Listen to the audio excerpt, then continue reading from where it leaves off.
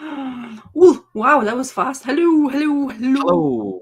I don't know if you guys gonna pop in. Hopefully you will. I don't see any comments yet, so hopefully.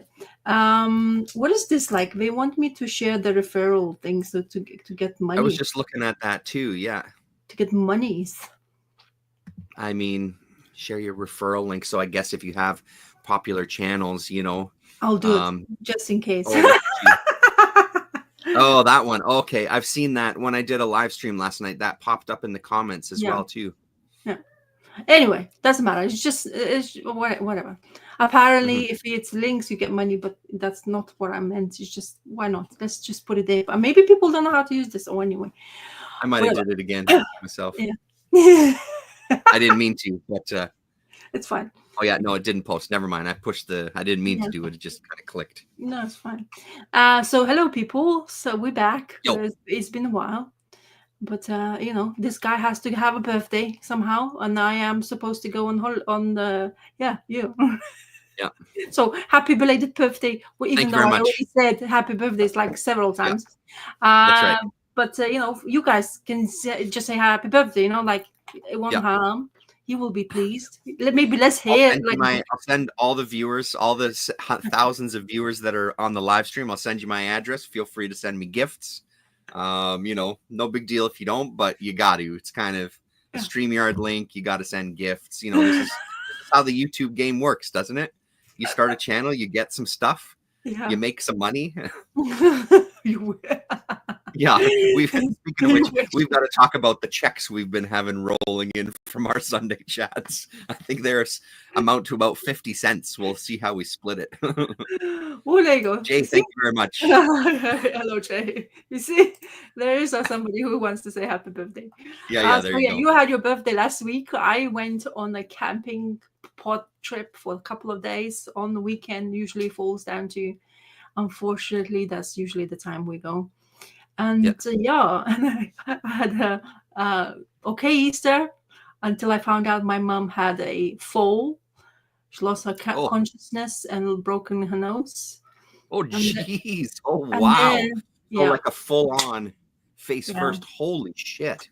And then found out that she has some tumors in her brain. Oof. So it's been a minute. Yeah, Jesus Christ. I mean, happy Easter, I guess. Like, that's intense. Right? She's like, Mom, look, she's like, oh, yeah, I don't have to color Easter eggs. My face is like an Easter egg. Yeah. Unfortunately but it's just crazy. But she's been having some stuff, and then it's a heart condition she was born with. Apparently, she didn't know for 70 odd years, and now she, gets to that age where everything is becoming a little bit more sensitive, and health doesn't come to the point. So it was a bit of a scare as well, because I'm here, she's there, it's a different story. I get no information from my sister. She has her own problems to deal with. And I messaged on Monday. She said, oh yeah, I'm all like, don't worry, we'll speak on Tuesday, because it was the Easter Monday. So I thought I'd leave alone, you have your Easters and stuff. So and I'm gonna call on Tuesday, and she tells me this. It's like, what the hell did you not tell me on Monday? And it happened everything on Sunday happened. So honestly, it's becoming a little bit too much, like emotionally sometimes for me. I'm like nervous now, thinking about all these bad scenarios most of the time, because I never know, like I'm the last to find out stuff, which is not great. And I think, like you said, it would be different if you lived in the same city or town or whatever, right? Oh yeah, it makes it even more difficult with the distance, right? So yeah, exactly. So yeah, it's been, as I say, it's been kind of interesting, crazy stuff. Bad lucks, like my nephew's card now, because they were walking together. Yeah, and she just like in the city center while we're walking, having a stroll. Yeah, wow. In the beautiful day, and everything went like, people were very nice. My mom, she said, everybody got straight away like surrounded. They called ambulance, like they didn't even know the ambulance was called, and the ambulance came like in a couple of minutes, and they were there already. Yeah, so that's good. In that sense, it was great. But she said, like, I have like blanked out, and I don't really. The only thing I know is the sea of blood you see, because of the broken nose and stuff like that. So She doesn't even want to me to see it. So that's how much information I get. Like, Mom, can you like do the voice chat, like the video chat? Nope, I'm not gonna get that. I mean, the injuries on people who are older, like my dad, a couple of years ago at this time, we had gone out for dinner, and my mom was, because he's in a wheelchair most of the time, because he's had one of his legs half amputated for diabetes and stuff. So she's wheeling him down, and she slipped. It wasn't icy, this was dry, but she just lost her footing and fell backwards. So she wiped out, but the wheelchair went over, and due to kind of his age, like the injuries were so many degrees more than they would look like on anybody else. Like the skin was pretty much ripped off of one of his arms. It was such a dramatic like fall that it was very concerning. They were like, well, you know, they were obviously shaken up and they were just going to go home. It's like, no. We're going to go to the hospital right now to have everybody looked at, and you're not going home. You're not doing nothing. You know, my wife drove their car and I took ours, kind of thing. But yeah, I mean, those injuries. So maybe for your mom, same thing. Like maybe they're just more dramatic, and you know, makes her a little uncomfortable. Oh no, she's very self-conscious when it comes to her. Oh yeah, really. In the way she's like, she doesn't even want to do a video chat if she doesn't put makeup on. It's like, Mom, it's me. Who you gonna, it's not the president of some country you're talking to. You know, you don't have to doll up. I know you. Nope. Sometimes it's very difficult to get. Oh yeah, I didn't brush my hair. Like, my son just wants to see your face to know that he has a grandma. Yeah. You know what I mean? So it's kind of frustrating in some points, but you know, she's always been like that though. I mean, it's nothing surprising, but it's frustrating because she sometimes, you know, like, I know I'm here. I'm not trying to be a pain in the butt, but don't get me wrong. And I keep on saying that, like, you have to tell me I'm nervous. You know, like that night I couldn't sleep properly. I'm just becoming a little bit overly emotional because my sister been living with cancer, chemos for 2 years, and all that kind of situation. It's just up in the air all the time. So, and I'm in medicine, so it's kind of difficult to just comprehend what's okay and what's not okay, you know. So yeah, it's been emotional. So I've been in garden. So apparently, if you sink your fingers into dirt, it'll calm you down. So I've been doing like, come on, help me here. I fucking need this now. It's like, dirt. Dirt. I've been tackling all this IVs in the garden. It's like, what the hell am I doing that for? It's like I'm punching, killing, and all that stuff. It's just me who have to deal with emotions, so I don't have a way to. Yeah, no, for sure. But yeah. So it helps. So I mean, with that in mind, I was gonna say I don't know how comfortable you are with this, but I mean, I feel like you know, we should talk a little bit if you want to. We don't have to, obviously. Oh yeah. I mean, so for people who maybe are watching or watching in the future, if you've been around for a minute or two, there was a YouTuber, Ghost Critic, Mark, who passed away recently. And I mean, for me personally, I've told the story a million times, but like, it was Ghost Critic and Damien Sleepy Reader, followed very closely by Oddfellows Thoughts Travis. But specifically, because I've got a YouTube post, an Instagram post, I went back and looked at it actually, and it's Damien and Mark side by side going holy, and tagging a couple of my friends going, there's these guys on YouTube and they talk about comics. They don't just like talk about how much they're worth. They actually like talk about the comics and what the stories are. I'm like, it's the greatest thing I've ever discovered. So they were both a real window in, and Mark was probably the first.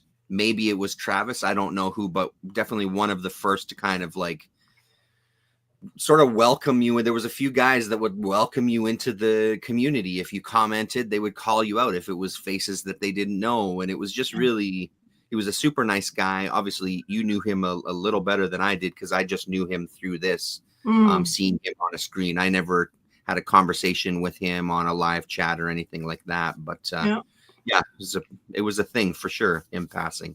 I've met him as well. So we met Comic Mart, the famous Comic Mart.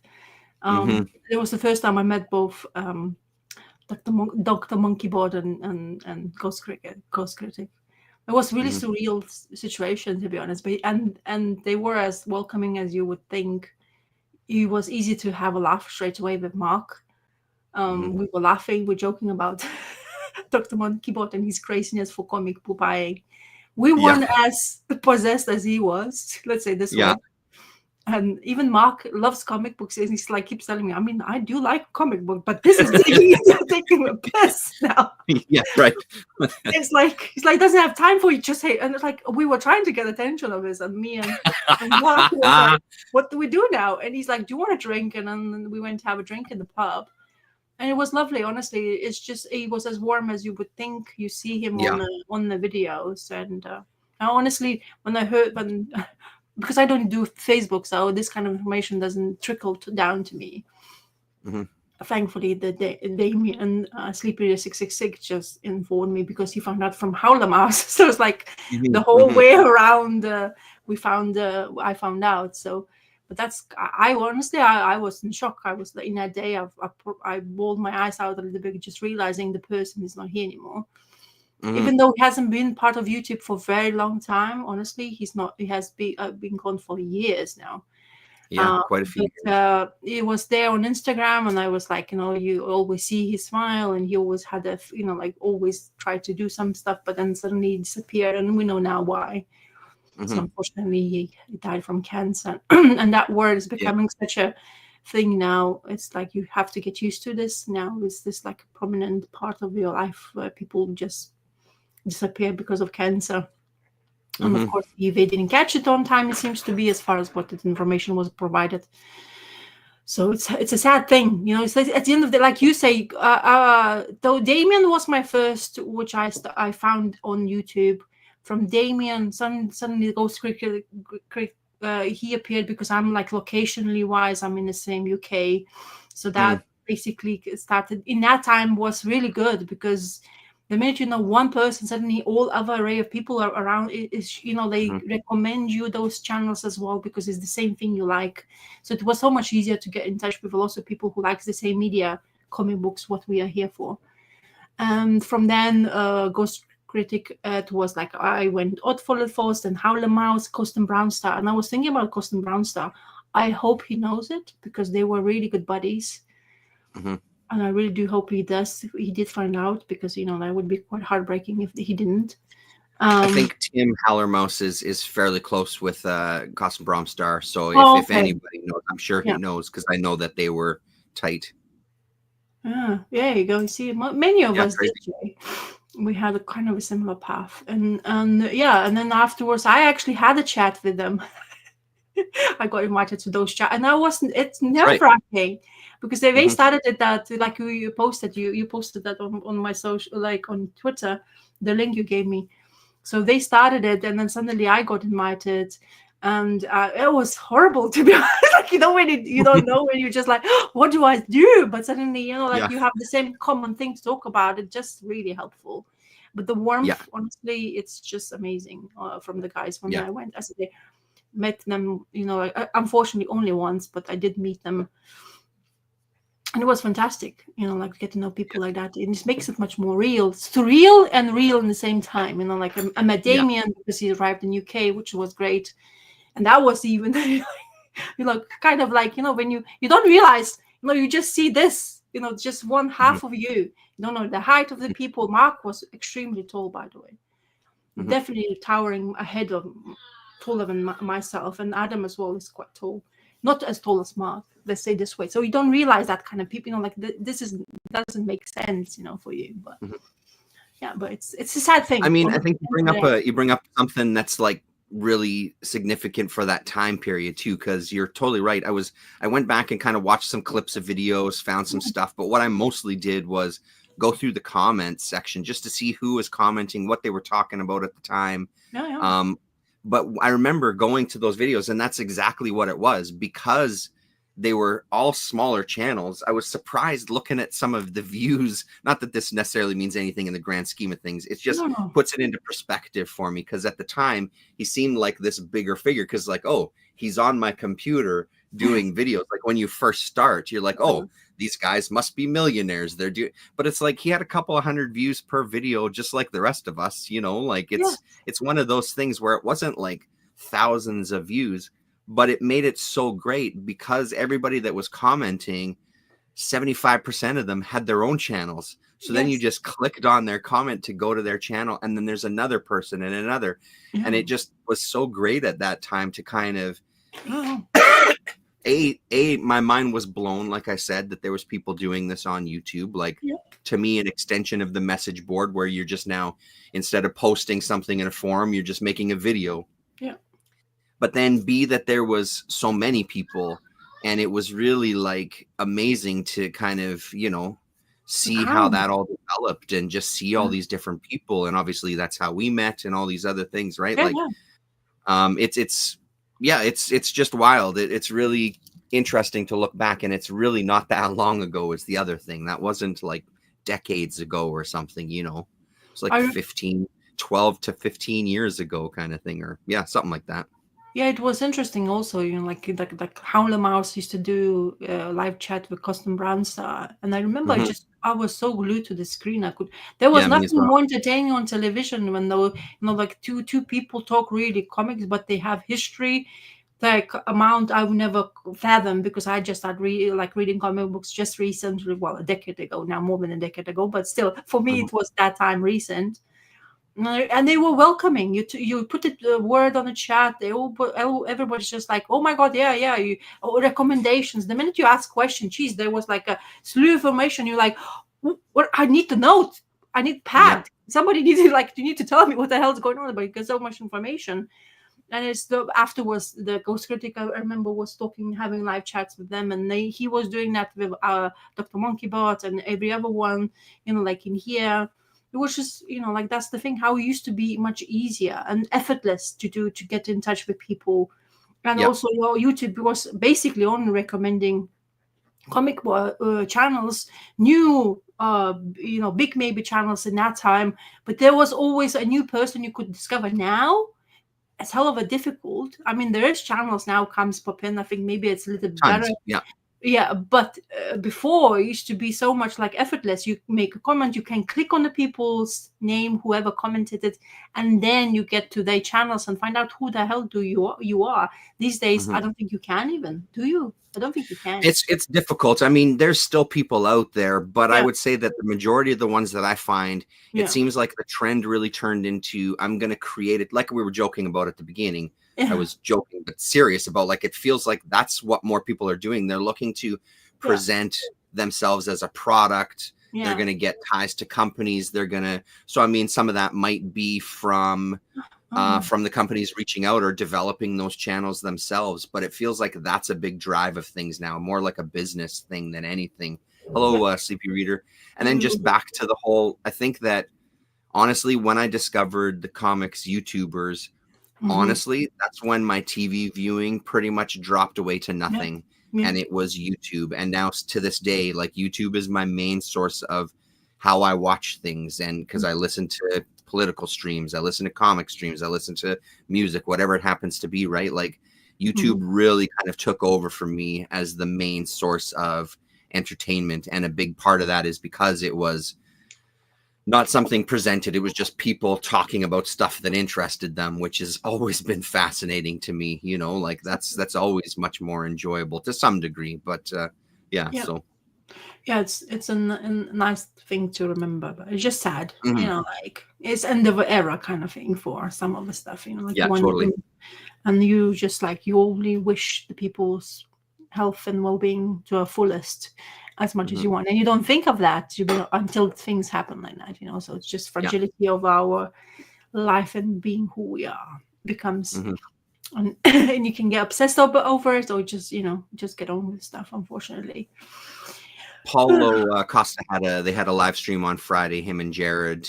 Oh, okay. It was kind of being talked about, and there was this conversation about, like you were saying, some of these people you don't really know, all of a sudden they're not around on social media, so you don't really know what happens to them. And I said, if I all of a sudden disappear, I expect everybody to make a video honoring Eros Comics in my memory, you know, like the pornographic Fantagraphics line. So that's my word out there to Damien, Jay, Ratsa. All of a sudden I disappear, I expect a live stream just talking dirty comics, and I expect you to not blur out any panels. You got to show boobs. You gotta just go all the way with that stuff. Like that's where my expectations are. So don't let me down.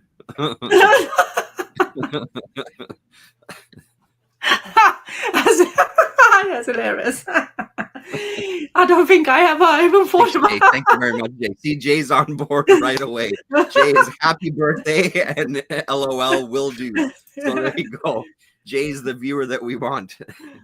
We can make a dirty comic starring you. Yeah, well, I mean, if you choose to, but I'll take my trusty fountain pen. Yeah.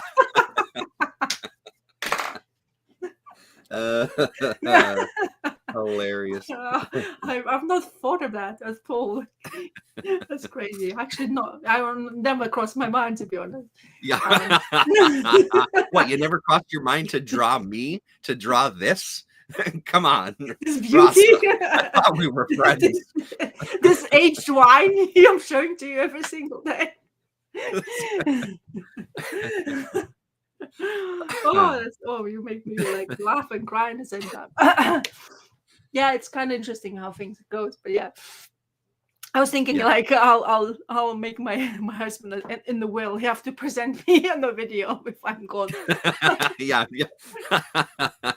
Or do a last live stream of me going in the line. You know, so age to perfection. Well, there you go. You see, age to perfection. Thank you very much. So yeah, it's kind of. Well, in your honor, I have something I've been looking for 2 weeks. There's so many jokes that I'm just not going to say right now.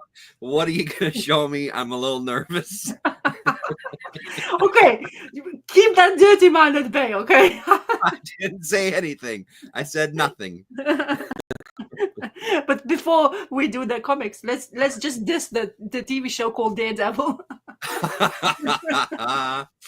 Okay, yeah, for sure. We could talk about it. Did you watch it all? Yeah, so I watched it all, and there was. I did as well. I ended up going back because I'm a sucker, and I downloaded the last the 3 episodes that I needed, and I watched the whole thing. I watched the last episode. Of course, was probably the best out of information wise. I was talking while we were watching. It's like, honestly, when it's interesting, you watch and you don't want to talk about it. You want to intake all information from the A to the B. But I could not stop thinking, like, why couldn't she just, like, you could just put that, like, whole information in, like, 2 episodes and we'll be fine. Why you had to do 6? Or, whatever, how many we had. It's disappointing.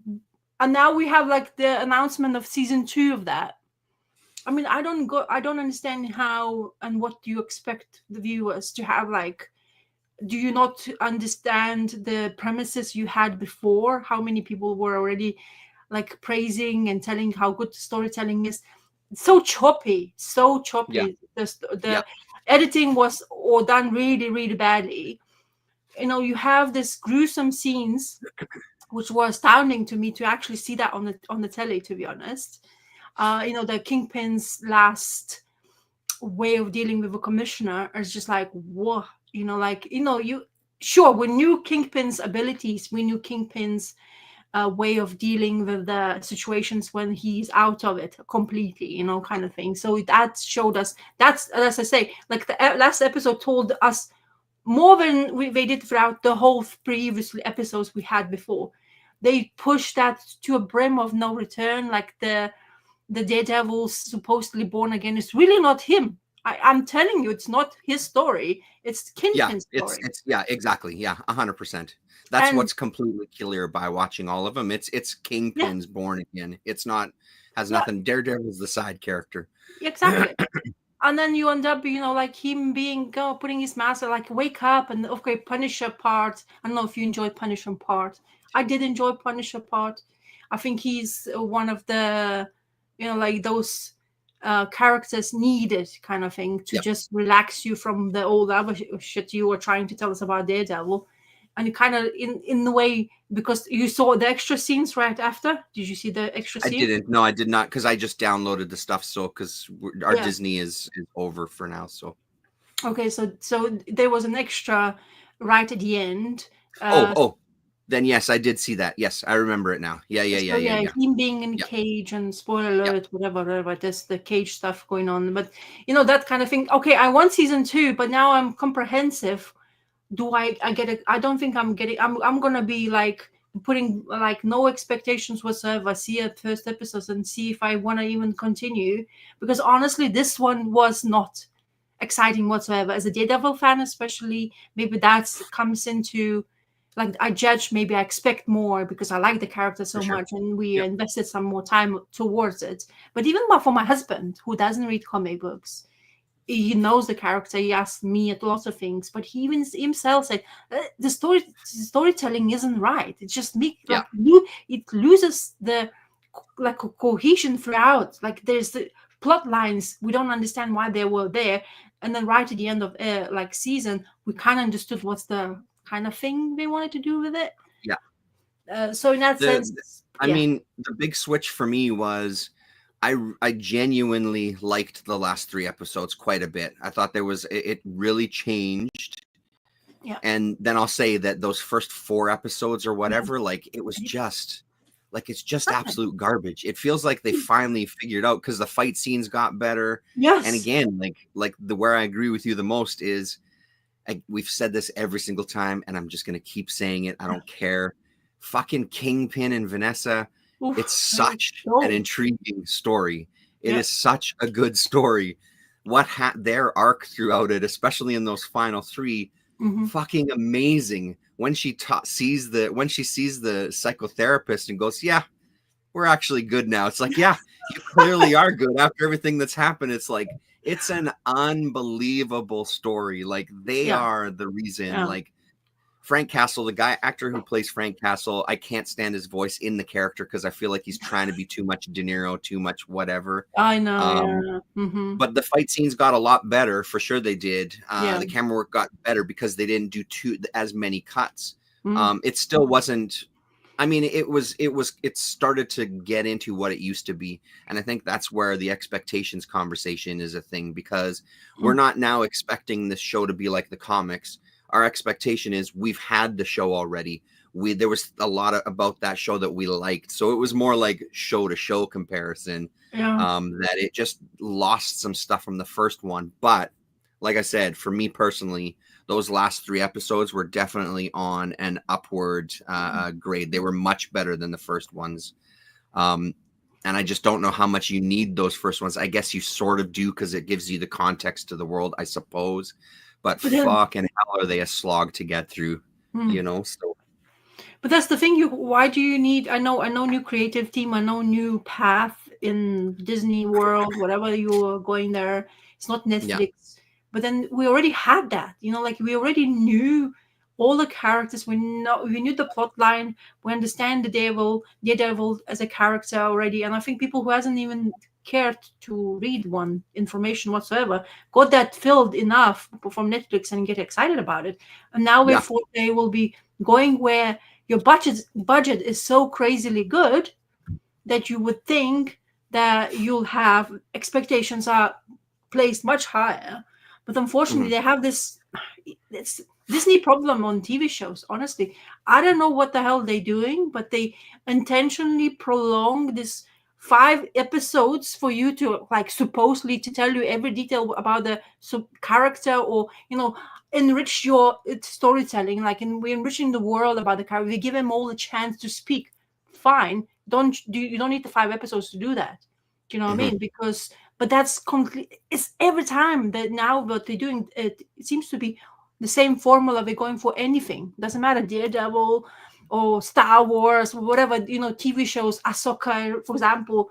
It happened this once again. A lot of conversation in the first couple of episodes, then action happens, and slap on your face, is finished. Now wait for you 2 more years until we're going to give you another one. Yeah.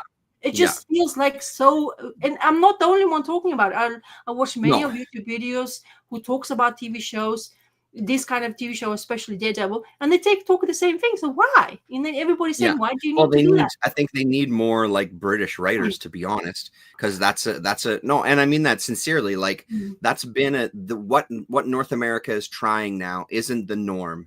It's not norm for our television. Our television has always been 22 fucking bullshit episodes of some boring ass fucking whatever it happens to be that just gets milked, and that's the formula that we've always had. This new shorter season formula is much newer to us over here, so there's a different style of storytelling. They were talking, Damien was saying he was coming over from For the Love of Comics stream. Yeah. They were talking similar things about comics writing and short story writing. There's a much different headspace to be in when you have 6 episodes, 8 episodes, whatever it happens to be, to tell a particular story. So you're approaching it completely different. Our world is still approaching things from the 22 episode. How do we cram this into 8 episodes? What kind of information do we want? They don't know how to think of a complete, a much fuller story, more rich story within that short time. They're thinking this 22 arc, well, we can play this 5 minutes into 8 episodes, I guess. So they're just thinking about it all wrong. And we watched the first 3 episodes of Andor as well. And again, like, I know that for me personally, there's a lot I build up for it. For sure there is. That first episode was a mess of it. It was a total mess. I felt like I was watching a different show. It was such a mess. It gets better. By the 3rd episode, I'm fully back in. I really enjoy it now at the 3rd episode. But that first one, even Lillian, even my 11-year-old daughter was like, what's going on here? What show is this? Because she remembers what Andor was. And the way it was being presented and shown and staged, it played like, it looked like a Marvel superhero fairy tale kind of thing. It was so strange. It was like, what the hell is this? And that was my worry always with Andor, because it had been pushed and pushed and pushed and pushed. And the stuff I was hearing about it, and I know how film and shit like that goes, that there's too many hands in it. I guarantee you there's too many fucking hands in this, and it's going to get to a time where it's too many goddamn hands, and that's going to be on the screen where it's just going to be a mess. So seeing that first episode, it's like, shit. And I was just kind of resolved, like, okay, well, this is what it is. But like I said, honestly, by the time episode 3 was over, like, I was back into like, okay, now we're getting the meat of it. It was just that one sort of misstep so far for me. Yeah. So sorry, I missed completely. So Andor's season 2 is already out. It is out. The first 3 episodes are out. I think it came out on the 22nd, I think was the Tuesday, whatever the Tuesday was of last week, I think. So yeah, so they released 3 episodes because they're half hour each-ish, you know. So so how many and episodes? I assume it's going to be weekly. How many episodes there is going to be? No idea, because I downloaded it because we don't have Disney anymore, so I don't have that menu to scroll to see how many episodes there are. But I'm really not sure. I haven't really looked to see. Okay. But yeah, I'm glad it's back. Besides that first episode misstep, it does kind of start to gain its footing. And the conversation about like conversations in shows is always really tricky. It's super tricky because for me, sometimes those conversations can make the show in such a big way. Not just for me, for a lot of people, obviously. But I mean, it's such a difficult thing to like in Daredevil, some of the conversations they were having were just, they weren't giving us anything. It wasn't giving us any development in the world building. It wasn't giving us any character development. It was just looking at these moments where it's like, well, hire a fucking editor. Like, what are you doing here? You know, like, why are you presenting us with this stuff it needs to be moving the story forward instead of just continually providing atmosphere. The Daredevil world doesn't need a lot of atmosphere and world building in that way. We know that it's a city like any other city. You know what I mean? Like, it's not like it takes place in an alien landscape where we have to get used to their customs. It's pretty much just North America. We all know what it is. And it just felt like there was too much of that going on with it. So, yeah. Have you watched Last of Us TV show? I haven't. I've heard that it's really good, but I have not watched it. So there's season 2 came out just recently. It's about 2 episodes in only. So if you want to binge watch the first season and this 2 episodes, it's a game-based TV show. I played the game for a long ass time, so I know plot lines. I was kind of amazed when there was this huge plot line happening in the season 2. I was actually waiting for my husband to be having a response, but actually I had more response to it, even though I knew the plot line. And I was like, like this kind of shocker. So it's really well done, honestly, for what it is, because it's based on game. But they using the plot from the game to they use their own kind of ways of telling. They kind of mix and match the information, but they never astray too much. So it gives you not only that as a fan based some of the good points, like when you know some information, your kind of expectations are quite high, and honestly they meet those expectations because the cast they have, and of course Pedro Pascal is there. Everybody's number one guy now, it seems to be in Hollywood. Yeah, who's in everything all of a sudden. It's so strange. Yeah, and now he's Fantastic Four, and we know why Pedro Pascal has accepted Fantastic Four. When you watch Last of Us, you realize what happens. But the Ramsey chick, what's her name? She's from Games of Thrones. This young chick who is doing Ellie. And she is, because she has a baby face, everybody said problem. She doesn't look like the main character from the game, blah blah blah. But her acting skills is what gives you the show and the character the level you expect, because even better, it's enhancing the character even more because the ability to act is so good with her. So it's interesting. And also we find out that actually while filming the show, she finds out that actually she's autistic as well. She didn't realize she was. So that's kind of interesting part of the character, how she's behaving and herself and everything. But anyway, what I'm trying to say, really well made show, quite crazy. We have those scary kind of zombie type-ish mushrooms takes over your head and you become zombified. But what they're doing with that information is that also in the real life, this mushroom bacteria actually takes over in real life the bugs or snails or things, and they zombify them, and they make them basically become what they are really still, but nothing in control, and they're controlling that. So they're using that also in that TV show, which is kind of intriguing to watch, how they're taking that information and basically expanding it, makes it more interesting. Very action-based. Lots of things happens, lots of course killing, shooting, blah blah blah, but the storyline in between, it really works, because it's when you watch it, I highly recommend. I've been talking about it quite a lot since the last time. It took them 2 years to produce season 2 also, so Jesus, really, eh? Yeah, because they have, I think, scheduling things and actors. Pedro Pascal is the most paid actor in that TV show. He's the money man. He's basically the one who basically makes the show even higher than anything else, because of his name and brand and all that stuff. And the way he himself as a human it's quite intriguing. So, but really well made. Honestly, highly recommend if you want action. Of course, there's sad moments, and I don't know, Leland okay with zombified creatures and blood. No, that might be a little too intense for unless it's being presented in like a goofier way. That might be a little no goofy, no goofiness, unfortunately. Exactly. No, it's like proper chomp chomp chomp, like eating, shooting, like blood. Oh yeah, definitely not. Gashing and all that stuff. Even myself sometimes are like, it's like, but I play the game, so kind of maybe I'm used to that. Even I feel uncomfortable, because honestly, the actors they chose to do all these creatures and the noises they make, damn, that's really, it stays with you, like that click. They have this beings called clickers, and have that clicking noise, like those teeth you buy as a magician, those they basically have that kind of noise, and they go like, and that noise basically like a sonar, where it bounces off, where you are, because they can't see you. So it's kind of intriguing, honestly. That's kind of cool. Yeah, that's a neat idea.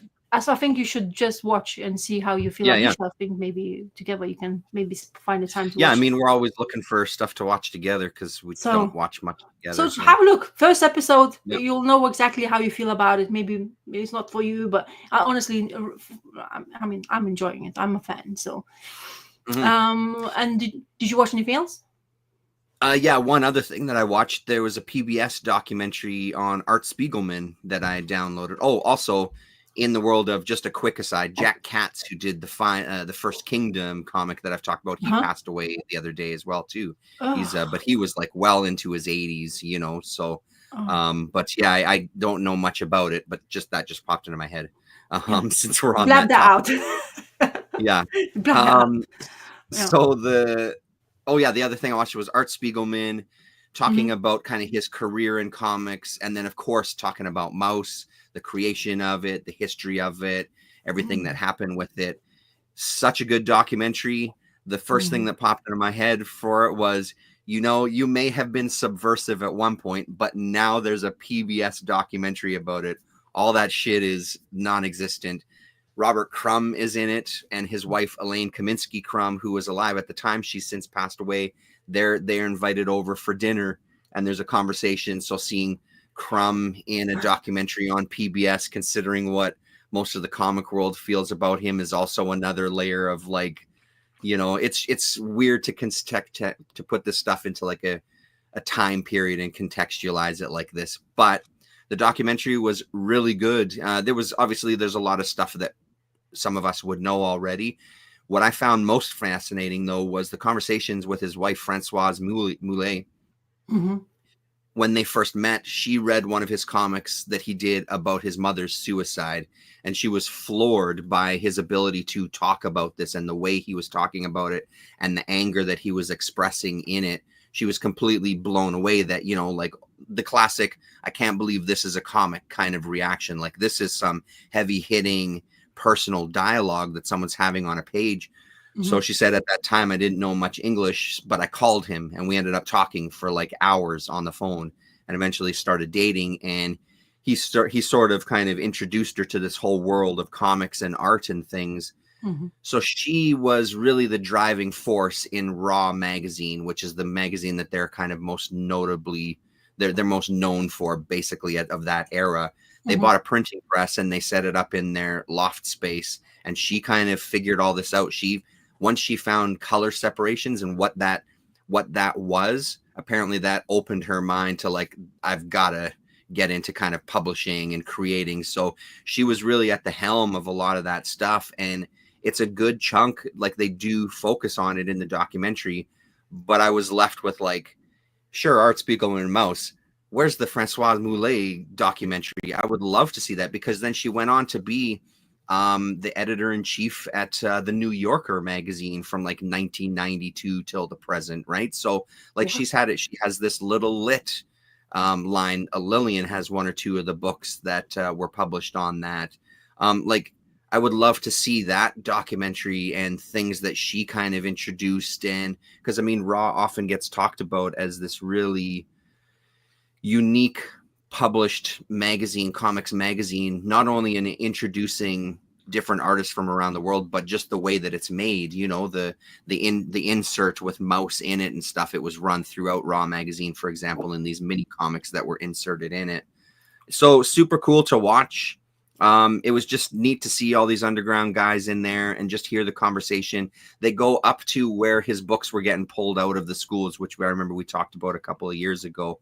So that's kind of where the documentary leaves off, kind of in that world of banning books and what that means, and et cetera, et cetera. So, but yeah, well worth your time. I found it online. I downloaded it again.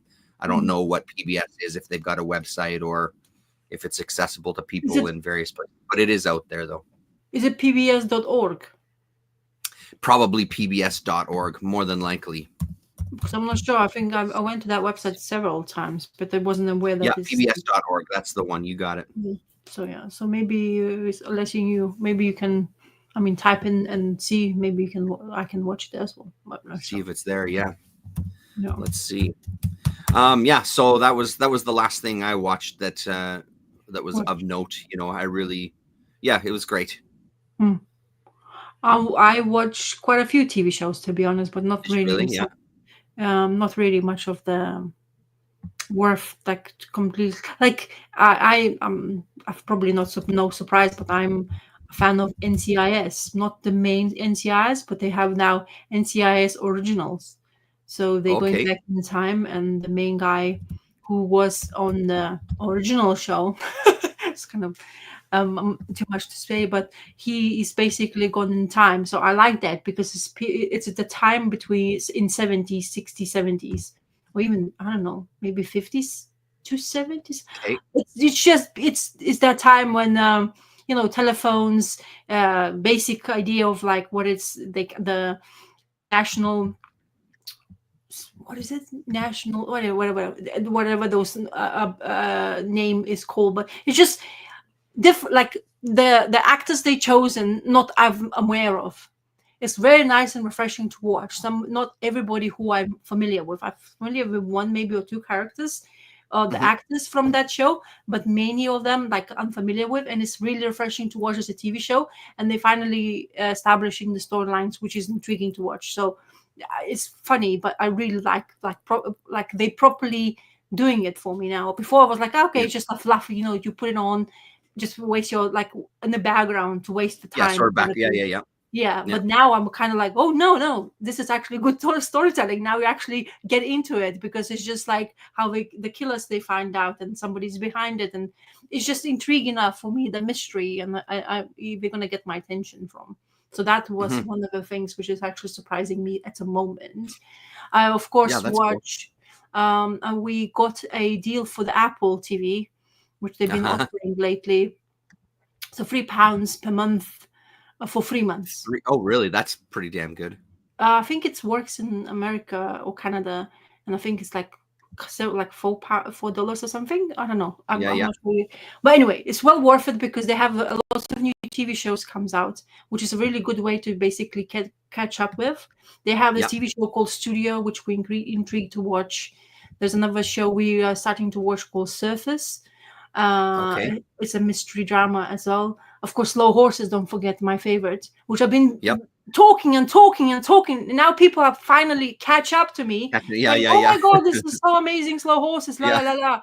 And everybody's like praising the guy. What's his name? The main character. What is his name? Gary Oldman. Yeah. And everybody's like, oh my God, Gary Oldman, the best like role ever he's had for like years. It's like, I've been telling you like 5 years ago, like go watch Slow Horses, but nobody listens. So now they're coming out to new season, and actually we're going to do it quite early. So it's even more intentional for us to get the Apple TV because of that. Because I absolutely love Slow Horses, and they've been improving since season 2.5. Like they've been really good, but like when you have a good show, you want them to go up with the show. So you want them to intrigue more and more and more and more. And Gary Oldman is becoming more gross and gross and gross because the way he's behaving on that show, because he's a filthy old. He's filthy, yeah. How can you be next to him, kind of thing? Socked feet up on the table in that. Yeah, farts, and he's like. I could smell it off the TV. It was disgusting. Yeah, exactly. So, and he's like eats and farts at the same time. He's like, So that's why we basically, I'm intentionally getting that. I usually don't, get Apple TV, but they have so many shows now. They're churning out even more with people you like wouldn't expect to like them be able to afford to get into, although they are massive when it comes money-wise budget, but they are improving significantly, and they have lots of it to watch. Like they have documentary series now, which we absolutely enthralled by it, like BBC based, like those national kind of the almost geographic look like, or BBC, like Planet kind of saving those kind of the documentaries was absolutely fantastic to watch. And they have all the animations that like Wondler, I've been telling everybody to go to watch. Like, remember I was talking about that movie about the cat. I was saying to you, Flo got an Oscar. I mentioned it like 2 months before Oscar nominations. Like, go watch Flo. It's fantastic. So that one you could, of course not. It's not on Apple TV, but it's another movie people should go and watch because it's so amazingly done. No wonder it got a nomination. But another thing to mention is the Latvian-based movie, which is the first Baltic country being given an Oscar. So, which is amazing. That's cool. They're even having a statue now of that cat in Latvia, Riga capital. That's cool. Because of the Oscar winning. So it's a significant part of a small country who has been and having a neighbor you don't want to talk about. You know, it's kind of difficult to, like just having some national exposure is great. Yeah, exactly. Worldwide exposure to that kind of thing. So, but it's really well done, by the way. So it's well worth time. Yeah, I remember the trailer very well because it looked really great. Yeah. And so Apple TV has lots of stuff going on there. And there's movies as well. Some of them I want to watch. They have Foundation, which is really good TV show, sci-fi, based on the book. Lots of actors, which well worth like acting skills to up that level. So it's a really good show as well to watch. So there's lots of things to you can catch up on if you want to spend time on to watch television. Let's say this way. Apart of that, are you gonna Is that Foundations the one where they live in this world like underground or whatever? Is that show, or am I thinking something different? I'm thinking something different. The Foundation is about the DNA family, which basically keeps reproducing themselves, and they have 4 or 5 generations, and they're in charge of this world where it's like it's divided, and of course the scum of the earth really lives in the conditions you wouldn't think of, but they have a saviors, and the guys who would basically put themselves through DNA sequences. So it's the same person who's feeling like a god, and keeps on and keep on like what do you call, clone himself. And he himself has like he's become like a grandpa, then he's like the middle age, then he's like a young bloke, and then he's like teenager, and he has a baby, like the same person basically. It's based on the book. Does sound familiar now that you're saying it. Written by the guy Jack Kirby was always praising about. If Damien, I don't think Damien isn't around yet anymore, but he's the one who would mention that. Based on Foundation by Isaac Asimov. That's the guy. So yeah, composer Bear McCreary is the composer. I feel like he's done a bunch of stuff: Battlestar Galactica, Agents of S.H.I.E.L.D., Walking Dead, Lord of the Rings, etc., etc. Godzilla, King of the Monsters. Yeah, that's cool. His name I know. There was something specific I know it from, but you feel like watching probably Battlestar Galactica because I loved that show. And the cast, if you see that the cast is fantastic in that Foundation. Yeah. Cool. So plenty of stuff to actually basically, if you want to really sink in your teeth to wonder what to watch, especially. There's quite a lot of things you can go for. Honestly, there's quite a few of them. And now, you want to talk about Daredevil? Is that all right? Yeah, go for it. Because we were talking about the show. Yeah. Show us issue number 1 of 3.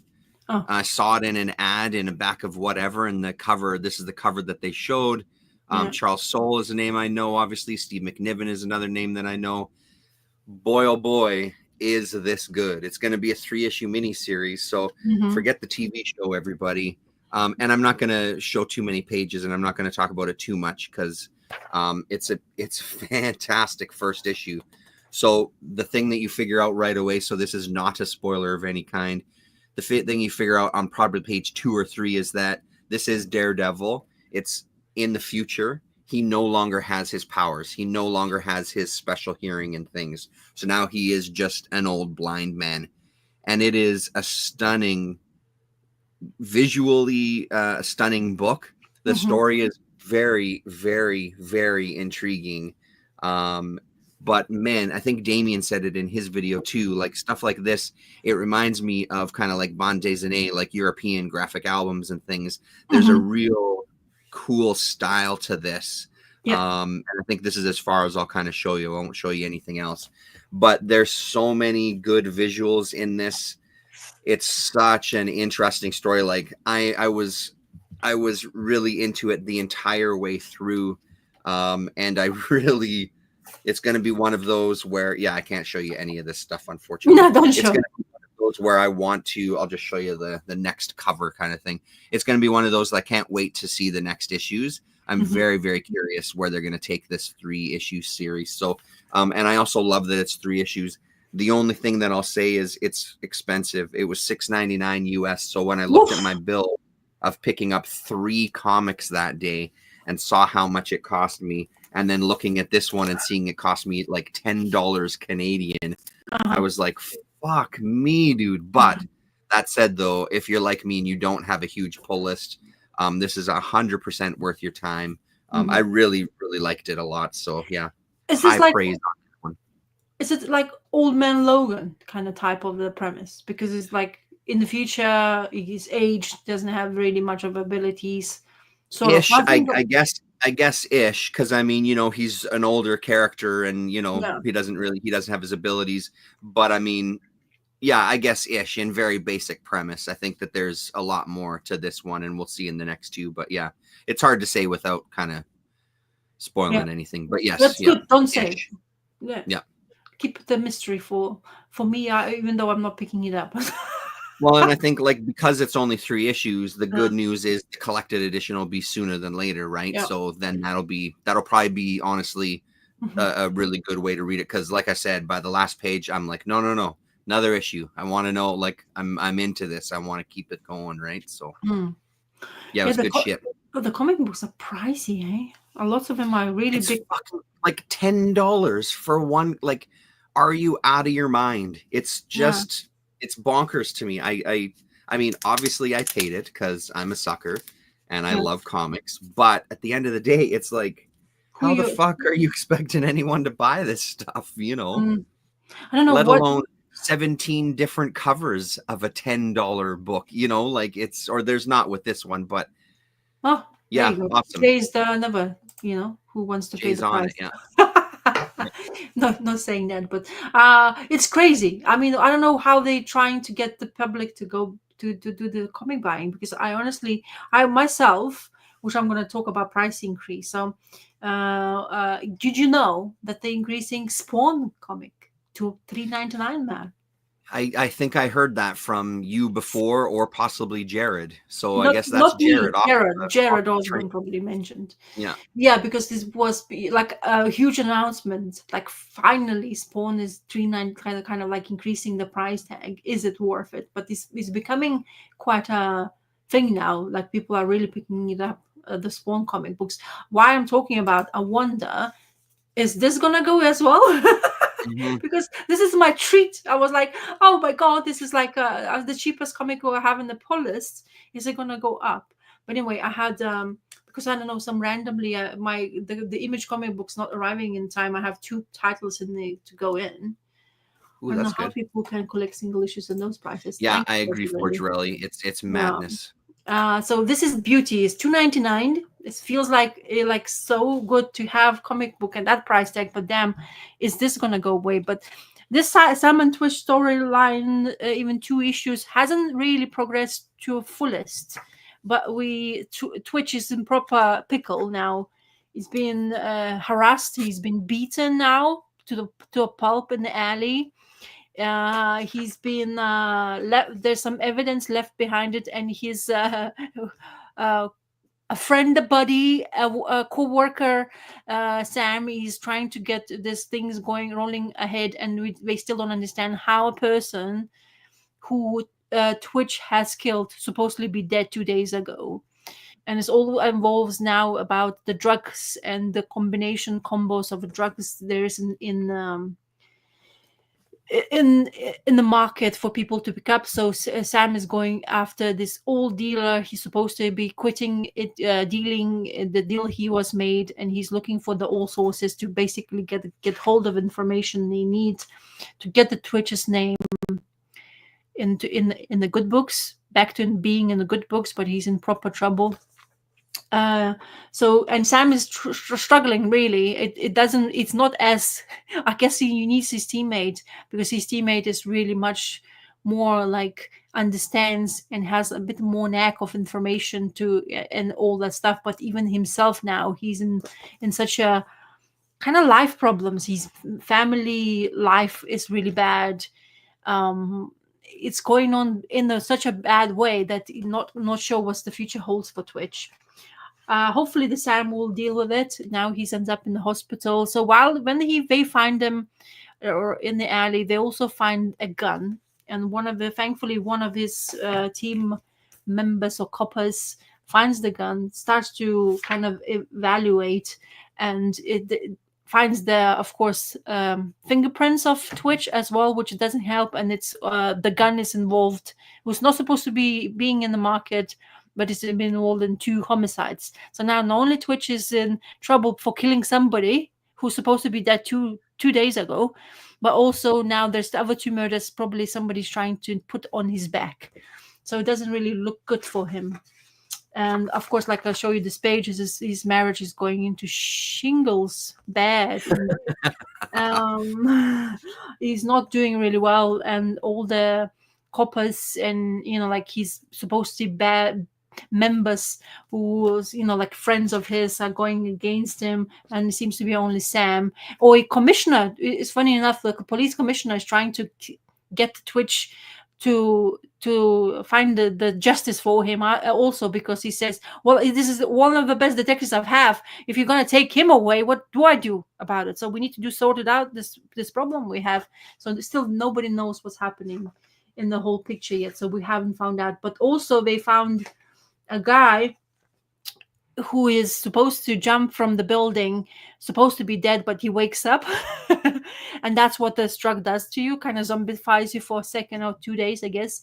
And when the information you want to take from that person out, I guess it doesn't work, because they just plop and die on the table, interrogation table. So it's kind of like they're not sure what to do with this things going on. They don't know who it is behind it, why this is going on, and why Twitch is involved so deeply, or who he pissed off that he's being in such a pickle. So it's very good. It's such a beautiful, like the cover is the thickest cover of a single issue you have for $2.99. As I say, beautifully produced comic. The art looks pretty decent too. Like I like the. I'm getting used to it more and more. I love the way it is. Thomas Nashlik is the artist. Tom Orzechowski used to be the artist, but now another one. But it's kind of in the same vein. Really not. It's almost like like Spawn Universe type of the kind of art, as far as I know the gist of it. So so there's a real look to it for sure. Yeah, but I really like. I want them to stay the same price tag, but I don't know. There's a new one coming out this supposed month, but I'm already on behinds. So apparently, I spoken to my comic book guy, and I said what's going on with Image comic books, and particularly he said this company who is supposed to provide our image comic books always in delays, and he never knows if it's going to be coming that week we're supposed to. So we're never gonna, seems to be so far, we can't get the same week's comic books as at the release date when it comes to Image comic books. But they are producing, they also provide DC comic books, and they say DC comic books comes in straight away for that week when it says release date is coming out, and we receive it as well. He doesn't understand why Image comic books have the problem. So we don't know. It's one of those publishers, but what a distribution company. Yeah. So they're using DC. I don't know the names. There's too many of them, so I'm blanking on that name. Yeah. But yes, that's why I've been having so much delays on the comic books. Like, because my whole pull list really is Image or IDW or whatever else. But usually most Image and IDW, my pull list is contained with. So I mainly don't have biggest pull list, but I have when I want Image comic books, I don't get them. Like the same thing. So Seasons, the Seasons Rick Remender book. I still don't have issue 2 because he said, oh shit, really? Yeah, he still can't get it. So he needs to get. He's not getting replacement on time, so he ordered second printing. So I'm now getting a second printing issue 2 if I am ever going to get it. Issue 3 is out as well too. So and issue 3 is out, which I have not even seen it. So he's not sending it to me yet. Oh, so I was like, am I bothering too much? But I really wanted to read it because it's another Rick Remender book. Because there's another Rick Remender. Have you read it? Sacrifice. I've read the first 3 issues, and I can say you do want Seasons because it's good. Yeah. I like it quite a bit actually. But because of what I'm talking about, did you read this? I sure did. So I've got it here somewhere. Yes, I've got it here. Yeah, no, give her. So he said at the back, it's been a couple of weeks since I've read it. I'll say that as well. So that's not nothing to be of a problem, but it's been delayed already. Hasn't been going really like consistently every month, and now he's saying they're taking a break until summer. Oh, I did not read that at the back. I skipped that, obviously. I always read it because never break until the summer. Hey, you motherfuckers, you lazy sons of bitches. So yeah, they apparently the excuse is they want to produce the beautiful work of art, which I mean I understand. And Max Furama is known for slowly producing the pages. Yeah. He's not at the fastest because his work is, I mean, it's very busy panels. I mean, You don't want this rushed. Like, I don't want Yeah. it if it's going to be rushed. Like, I want it to be, I want So it to be good. you It's also good. had, when they take a break, they also had other artists to come into the book to help. But there seems to be, I think, at the end of the day, if we want it's a very beautifully drawn book. First of all, I always choke because I see the book, I see the cover, I see the first page, and I was like, what the hell is happening? I lost the plot. Did I miss the issue before? But I didn't. So I always You did not. You did No. not miss the issue before. Yeah, so issue 14 But was yes, it seems to be jumping a little bit. And again, I think that's part of that is distance from the previous issue, because the first part seemed to be jumping a little bit, but then when you see our princess, then it's not jumping. Then we're back to kind of where we left off with issue 14, so this issue is all about the god Rokos and his wrath upon everybody else who is in being. He feels betrayed.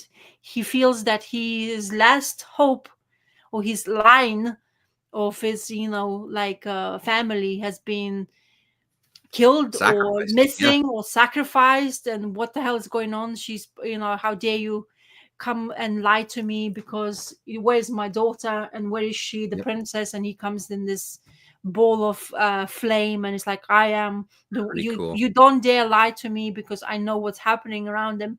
And he's not really listening to anybody who's trying to say to him, especially those two guys, the guy who was basically getting those sacrifices into the chambers, and his lover apparently, which I'm not sure if I remember her much.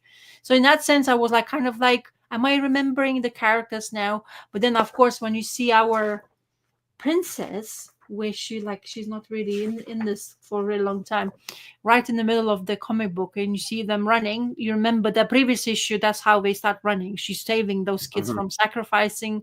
She said, don't worry, I will get you back. And of course the doubt of this sister of the pigeon, pigeon's sister, because she saw her other dark side of who she is, and that being which comes out of the mouth. But honestly, I love this book, but I'm forgetting the plot because it's been distancing it, so not inconsistently coming out. Of course, I have a problem because my comic book eye doesn't get the comic books out on time. Sometimes with Image comic books, that's also delays for me. But every single time I read, it's like I want more, and I bet I bet $5 that this trade reads like beautifully. Probably from A to end, you'll like, oh my god, I want more as well. And I think it does really work really well. But when you don't get it consistently, it becomes a little bit of a thing. I don't know how do you escape from this wrath, to be honest. Even herself trying to get them into caves, protect them from her daddy's work. I don't know how they're gonna survive this, and what's coming after that is a bit kind of all the people beings becoming this numbing creatures, mass moving on them. Exactly. So it's beautiful. Like, look at this, just a ball of fire everywhere, and it's really well done. It's like, it doesn't look heavy. They didn't use like crazy inking lines when they doing the flames. The coloring job by Dave McCain is just continuously being really well, because it doesn't overwhelm you. The art is still there. You recognize the beauty of Furama's work, but also the coloring is just enhancing the things of having that. There you go. What is that? I just ordered one. There you go. Oh, there you go. Save. IST, of course.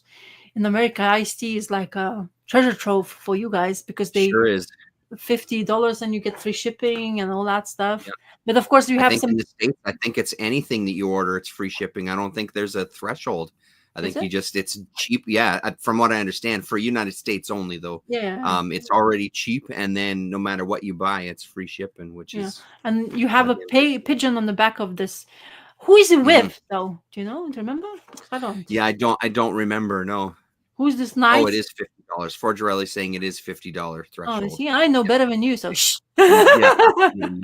And we're the neighbors. Yeah. No, I watch a lot of people who buys those collected editions from my Yeah. so Yeah. I think I'm aware of what they do. Yeah, so this great. I love the comic book. Now I thought Seasons will give me the time to enjoy Rick Remender's work.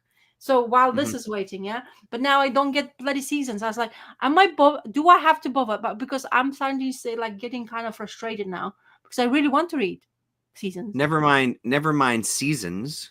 Grommets. I'm still waiting for the final issue. It's the last issue of a 7-issue run. Yeah. It's the last fucking issue. He's already advertising. Still waiting for it. It's been delayed for months. Yeah. Like, it's like, dude, it's one more issue. Just fucking get her done, bud. What the hell is going on? They already advertising the actual trade. Yeah, he actually himself. The trade will come out before the final issue. By the way it's going, like it's honestly, it's actually, and again, it's this kind of thing. Like it's hard to get people to buy comics these days. If they're $10 a fucking piece, it's hard to get them to buy comics. Then when they do, if you're going to spread yourself thin, Mr. fucking what's your name, then you got to be consistent, right? Like you got to be consistent, especially on like a 7 or 8 issue miniseries. Like, holy shit, son, you got to have that stuff done so it can come out on time. I just don't get it. That's how you end up losing more people, you know. So frustrating, to be honest, in some ways. So speaking of delays, though. Yes. I finally got it was about 3 weeks ago at this point now. But I finally got the final in the Dan Corbin library collection. So it finally came into the shop, which was great. I had a conversation with him the week before going, hey man, just checking in because at the bookstore this is available now. So, and then a week later, he contacted me and said, no, it's finally here. So beautiful. Wait. Let me see just higher. Oh. So is that means that your awaited Corbin thing is gonna come out? The next one is gonna come out. So the next one is Will World, which is the graphic novel that he was working on before he passed away. That Jose Villarrubia helped him finish after the fact. So that one comes out next. And then the one after that is Rolf, which is some underground comic stuff, which will be really cool. So the beauty, this was actually really, really good, to be honest. I've only read these issues. I've only read these issues the one time. And at the time, it didn't really make an impression on me. This time it did a lot more. The context for it was, this is early days of him attempting digital coloring as well too. So you can see a real mix of his styles and things. Yeah, I mean that's Dan. He's all sausage. But it was a really, really solid read. I enjoyed it quite a bit. I think also part of me knows that it's now finally the end of the Dan stuff. But I mean, get out of here. Like, look at this. Oh no, it's a stunner, you know. So it's really, really nice. I haven't sat and looked at the single issues. There's a little bit of that early computer coloring softness to things, like everything is some sort of filter. Big tits, big dicks. That's the Dan universe. I'm not dead. I'm still alive, everybody. I'm just showing boobs for future viewers. So I'm so glad this came in. I'm loving it. The Dan section is almost an entire shelf at this point. Or sorry, the Corbin section is almost an entire shelf at this point. But it's nice seeing this library. I'm really glad that they're still going. I'm glad that there's 2 more announced. I haven't heard anything bad about those ones yet, that like they're delayed or anything. So they've been fairly consistent. I'm really excited. Apparently Villarrubia is also working on recoloring the Sinbad stuff. what the hell was it called again? The New Tales of the Arabian Nights, rather. Oh So boy, one of my favorites. Yeah. This one and Bloodstar, I think, are my two favorite Corbin books. I love these so much, so I'm so excited that this is getting redone. I think I saw him at one point talking about redoing Bloodstar as well too, but I might be misremembering that. So there's still plans for books coming out, and they're looking at the future books, which is really great. Hello. It looks really good. Like always, Dark Horse's hardcovers produced stupendously well. Such a nice job they've been doing. Yeah. Oh, look at that! The IST having recent omnibus that is $31 for 120. Like, oh wow! Imagine. That's crazy. That's crazy. That's it's the better sale than the comic book day sale. It's better. Yeah. Makes me think Fire and Evil. Fire and I think he means to say Fire and Ice. Do you mean the Frazetta thing, Damien? Fire and Ice, which seems to come out every. Is the Frazetta? Yeah, they did. There's a whole new Frazetta line again. Like they're doing some Death Dealer. I think was one of them, possibly. Yeah, I don't know the full story. Damien might know the backstory on it. They've been doing it for a few months now because I think his daughters may be involved in it. Yeah, they always have been. Sure. They were in charge for long. Like his stuff has been. They were in charge of it in the family. Yeah. Okay. Oh, dude! I mean, I wouldn't mind having Frazetta, honestly, because I am such a fan of his oils, and Death Dealer is probably one of them because it's, of course, the most famous art he's produced, and everyone knows it straight away from that point onwards. I mean, maybe Damien will know like if it's new stuff or if it's reprinted material. Den Artist Edition Volume 3 is shipping next month. Oh, cool! Constantly delayed. Yeah. Sorry, Forgerelli. Is that the? I think it was you. I mean, I'm assuming it was you talking about before. Was that the European thing, the Den Artist Edition? Was that something that was not North America released that you were talking about before? Maybe. Let's see if he's going to reply. Anyway, so let's talk about you recommending these. Oh, I sure did. How many issues do you have? Only one. Okay, good. The second one came out this week, so just to know. But I haven't picked it up yet. I don't know where my copy is, but yes. What did you think? I'm not picking this up because it's a mini. Yeah. I picked this up because you said because I want to know what time but of course you nailed it because the guy who we all like from Harrow County, Tyler Crook, is on this work. Let me enhance so you can guys see. Loved, by the way. I read it. It's chunky little thing from I don't buy any only pressed books, but you recommended it. I was lucky enough to say that my comic book, I got in touch with him. I said, by any chance do you have it? And he's like, oh yeah, it's very popular. And it's like it's he's coming off the shelf. So I was like, but do you have any? He's like, yeah. Like nonchalant says to me, yeah, I'll put it for you. I was like, oh, it's for the first time he has the book I want for, because it's been like a month since release. So I was thinking I'm gonna miss out on this. I loved it, by the way. Yeah. I like Alcatraz stories. I find it like it's becoming like a thing. Where's the true story happening? And it seems to be there's another iteration. I even drew this face on my comic book. I saw, the drawing video. Like, oh, okay, I'll show it off. Why not? It's my channel. You don't like it? So there you go. That's mine. Yeah, beauty. So I actually drew this, and half of the video I didn't record, so that's why it was a bit chunky, like clunky, my video. So it's I blame my fingers for not doing stuff. But I really like this story. I think it's fascinating. Anything about Alcatraz, because of course, like the San Francisco TV shows, based in San Francisco, Alcatraz is always there, kind of thing. It's like it's big. I really like what the Tyler Crook draws and how he does it in here. Emotions and the faces, the scenes, the coloring. I think he really has his own now style to show. Is definitely very recognizable. The storytelling is great. It has that mystery part.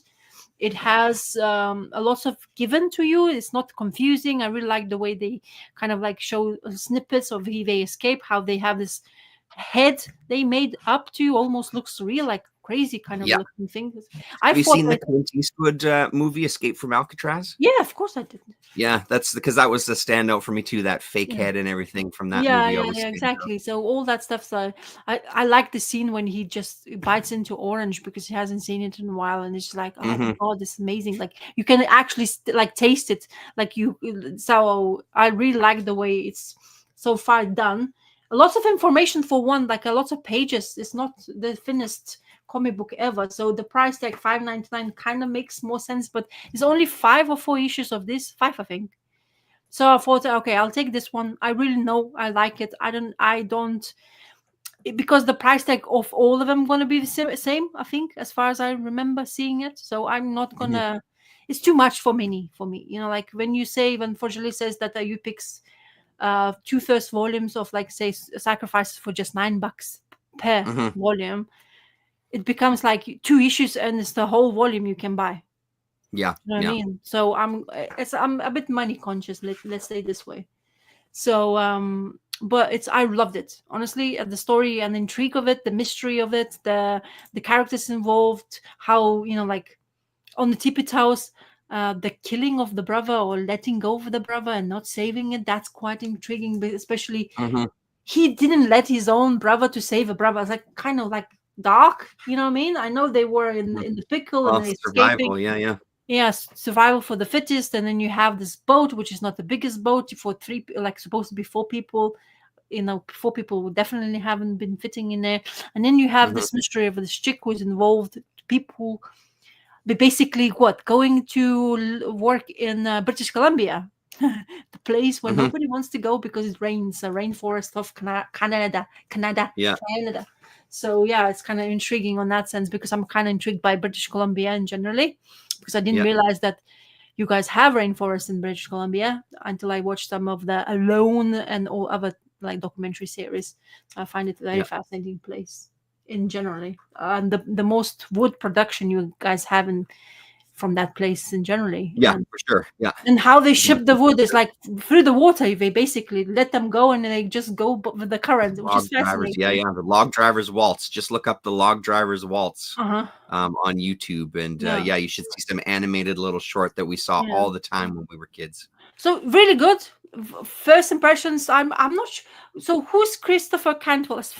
His name's familiar. I don't know. His name is super familiar to me too, but I don't know who he is. The only thing that I'll add to what you said is I agree with everything you said. The other thing was such a great job on the cover. Seeing it on the shelf stands out head and shoulders above all the other independent comics on there. Really great design, really caught my eye in a big way. And then, of course, as soon as I realized who the artist was, it was just immediately, I think I opened up the first page and just put it in my stack. I didn't even give it a second thought. So yeah, really good issue. And surprise right at the end. Yeah, totally. Yeah, which is intriguing as well. Like it keeps you in, right? Yeah. So yeah, really good. I think they thought out of this really well. I'm not sure where we're gonna go because there's so many stories out of Alcatraz. There is like movies, like Clint Eastwood movies and all that stuff. So we have kind of like similarities to that. There's quite a few, yes, because the heads escape, you know, all that stuff. The people involved, who is employed them to do that, and you have to pay off your fees, and how they told them how much they have to work for it. Oh, Cantwell did some indie books and went to Marvel. Interesting. Okay. So yeah, so it's intriguing. Very good. I would, as I say, if it wouldn't be for price tag, I probably would have picked it up. If it would be like $3.99, this is $5.99. It's a lot for an issue. So that's why. Yeah, for sure it is. I mean, I already have, which we can talk later about. But I have like other books like from IDW, which are pricey as well. So, you know, you have to make. And then there's some other books I think, to come out, or I'm curious about to read, but I'm not sure if I'm going to make a plunge and pick up on a single issue format. We've talked about it a bunch, but I realize I haven't shown you this yet. We've talked about it a whole bunch. I know it's not one of your favorites. Just speaking of Rick Remender, I found this used, the hardcover of Low Volume 1, the first 15 issues. Yeah, the price tag on this was $40, but I think it was less than that. This was from Value Village, a secondhand store. So yeah, it has, the first 15. And it's always been a series that I remember liking when I was reading it. I haven't dug into this yet. It's been on the shelf. I just realized I bought it and sort of forgot about it and put it up away. But I'm really looking forward to getting into this. But I think the thing that I've done to myself is this is only 15 issues, and I don't know how easy it is to find the hardcovers of like the volume 2 or book 2 or whatever. But it is a pretty great, gigantic format to have them on. I think this one is kept in print due to popularity. Okay, good. Rick Remender has mentioned himself on the social saying that this is the one who actually pays the bills. Oh, is that true? Oh, wow. Yeah, apparently this is the one which sells like cupcakes. Yeah, crazy. And then because there's lots of stuff which now he puts back in the print, but he says that this one is the one that makes the money. Yeah, because it doesn't mention money at all. But many interviews I watched him, he says about Low, and he always says, "Yeah, that's the popular one." And then like, really? I was like, because I don't. Tocchini's art is not for me.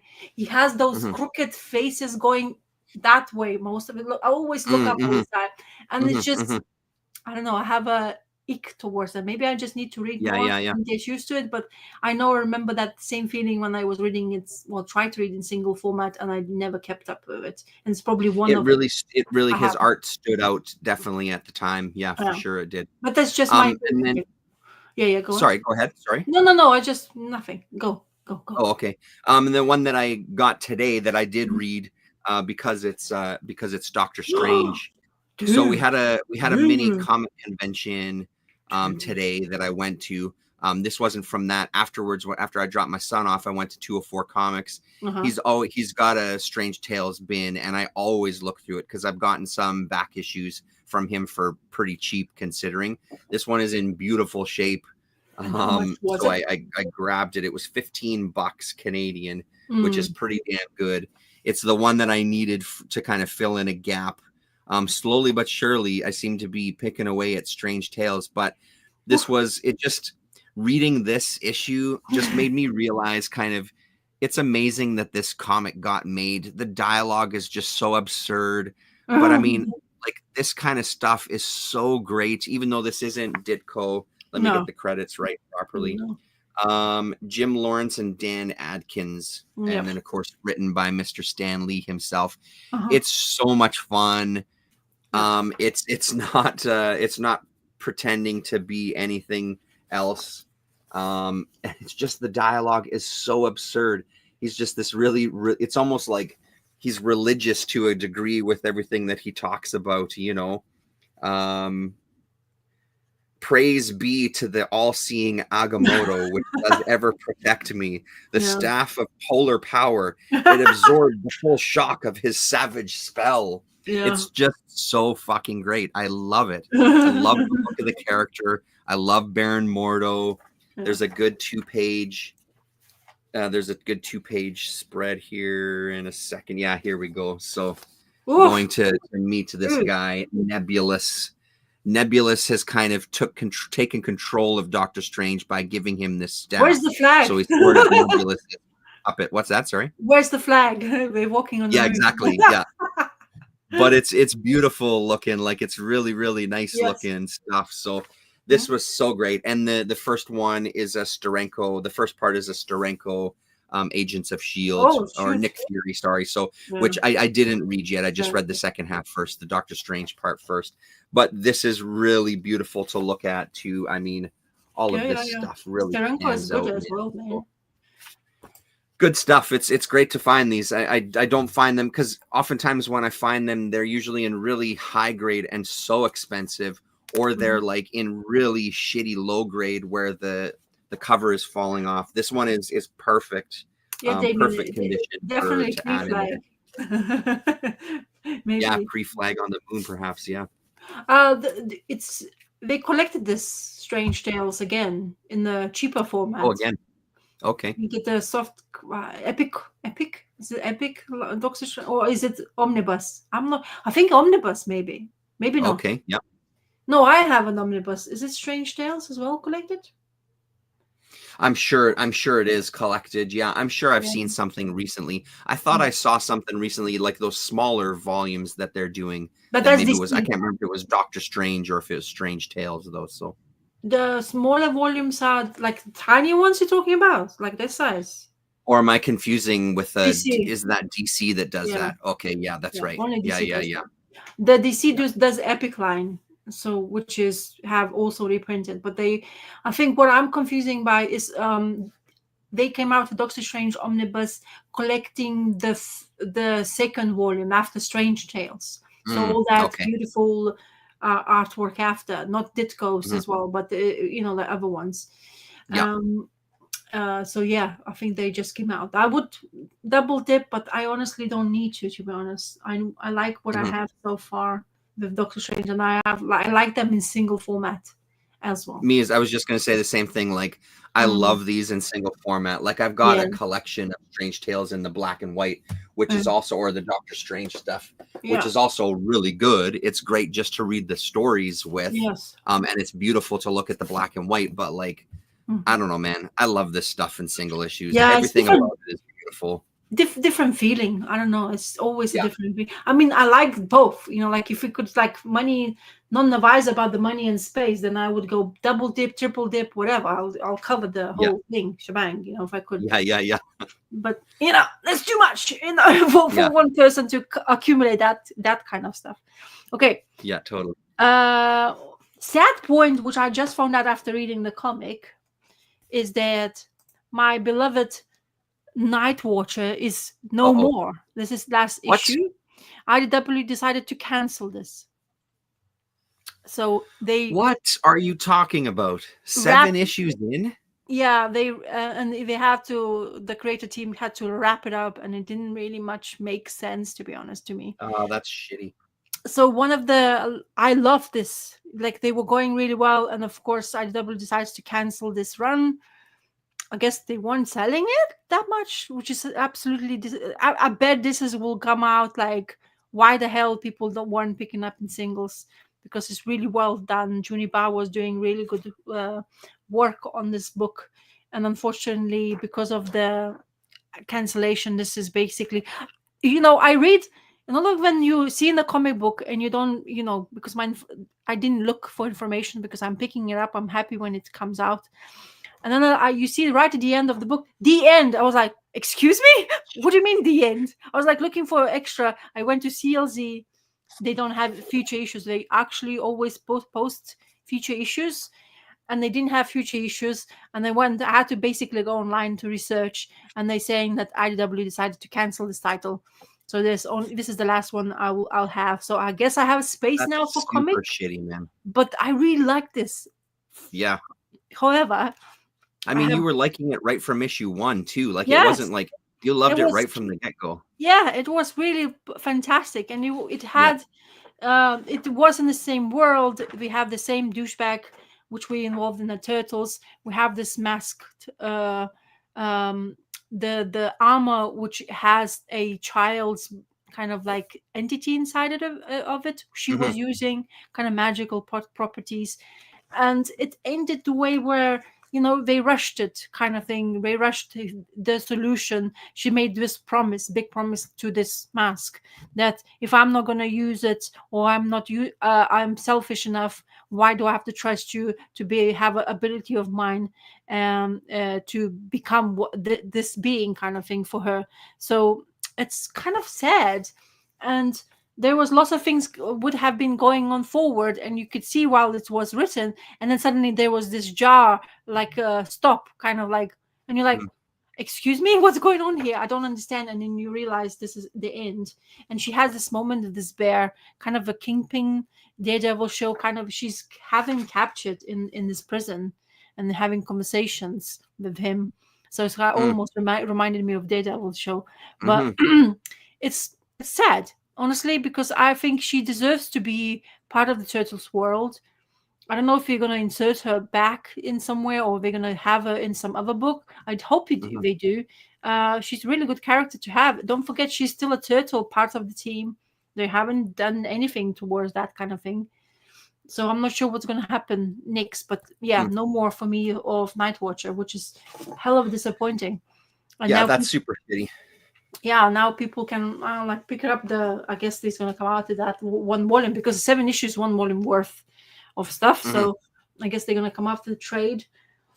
I'm just, yeah, it's very disappointing. Like I wasn't aware of it. Now my 1 book less in my pull list, even though my pull list is not great. So I guess I have a space for another book, which I'm kind of picking up now, seeing there's lots of coming out, like always, like this slew of coming books every time.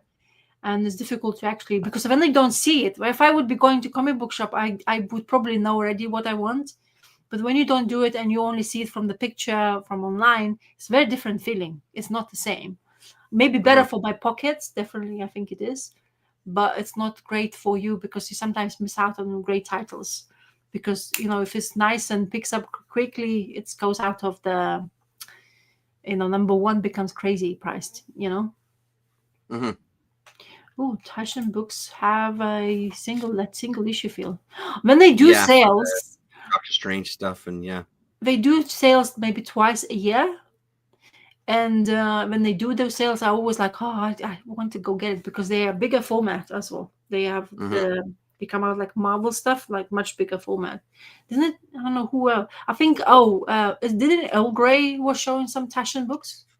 I believe so, but I think even Damien has maybe shown one of those as well too. I think. But yes, I think you're right, Earl Grey for sure. That sounds right to me. Yeah. Anyway, your turn. So in the world of things that I ordered that took forever to get in. So Living the Line, they have a sub-label called Smudge, which is everybody's favorite translator, Ryan Holmberg.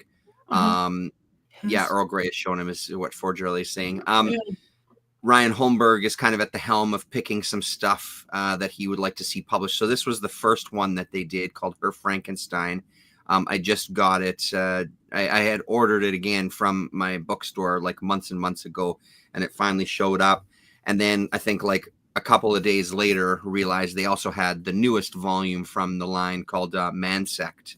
The second one, which I have talked about months ago at this point, was this UFO mushroom invasion. So 3 different manga artists, all in the kind of world of horror, and 2 out of the 3 have fantastic write-ups at the back of essays on the history of the mangaka himself, and then the history of this particular story, and then some really beautiful images, as you can see here, of like the old covers to the magazines and books and things that they'd done before. The one that didn't, and kind of my favorite of the 3, was Mansect. There was no back matter in this one at all, which was really unfortunate, because I loved this story. Was bonkers. This was really just bonkers. Kind of opens up on a guy who is going through some stuff, and he's collecting insects, and he has them swarming around his house, and he lives with them, and they're kind of, that's all he does. And he's sort of like the village weirdo. And it sort of goes through this it's such an interesting mix of art styles too. Very unusual for me in my world of manga reading, is that there's a lot of stuff in this one where it feels like it's maybe, I don't know if it's necessarily traced, but highly referenced from a photograph or something, this photographic style quality, but still mixed with the very manga-esque type of art. So this disease starts to manifest due to these insects. But what happens with that is it kind of turns into a story almost of like mummification and the evolution of humans as a species, that these humans that are infected with this are kind of evolving to what the next form of human is. But then it turns into this kind of story of this aging process where you sort of go through this insect phase where your body starts to transform. Eventually you turn back into a human and revert to being a baby. You start to de-age. It's wow. such a bonkers fucking story, and it sort of almost sets itself up as like there's a couple of main characters, and there's almost short stories in this world of these people turning into insects that sort of end up tying all together finally at the end. But there's some beautiful monster type art in here that is really well worth the time. So this was an absolute blast of a story to read. Just very odd. I wouldn't say it was necessarily scary or anything, but like it was definitely unique. One of the more unique books that I've read. So super excited about this smudge line. Yeah, so I mean 3 so far that they've done, and all of them are worth your time, but I think Mansect is kind of like that's the one. If you can only get one, I'd suggest getting that one. When you start talking about insects, I start thinking, I don't know why, but my head straight away went to the movie The Fly, because it's changing, because the changing stuff. Yep. Yep, that's such a good movie, and that performance is so good, and yeah. Well, and I wonder if, because there's some stuff in here that really does remind me of that now that you're saying it for sure. Yeah, because the minute you mentioned insects and changing and absolutely obsessed by the way they act and it's so stuff. bizarre, so strange. It's kind of weird that you write about the faces. It's not really manga-esque look to it. And it changes throughout it, right? Like the level of detail, it almost sometimes feels like there's a couple of different artists. I mean, and then you get this stuff here that's really very, very manga kid like, it feels like Astro Boy almost. So another kind of style. So it's almost like there's 4 different art styles in here, which is super cool to see on a page. Yeah. Looks like David Lapham. Yeah. I know the name, but Stray Bullets. Yeah, that's right. Yes. The one you haven't read. Yeah, that's right. I know it though. I've definitely seen. I have not read it. No, you are correct. What happened to him? Like, I want more Stray Bullets. I want, you know what I want actually? I want the Sunshine and Roses to actually be collected in the collected edition, because you have the first one is called Uber Alles, which is the biggest one. That's the first phone book. I want Sunshine and Roses to be collected in one chunk. Yeah, he hasn't read it. Yes, fortunately. I know. Yes, fortunately, I understand. Yeah, there's a lot of things I haven't read, unfortunately. Yeah, not everything you can, unfortunately. Well, no, but that one I really should. It's like a Rachel Rising thing. It's like there's really no excuse not to. And then once I started reading it, it's like brilliant. Of course, it's brilliant. So I know that this one will be good as well too. Yeah.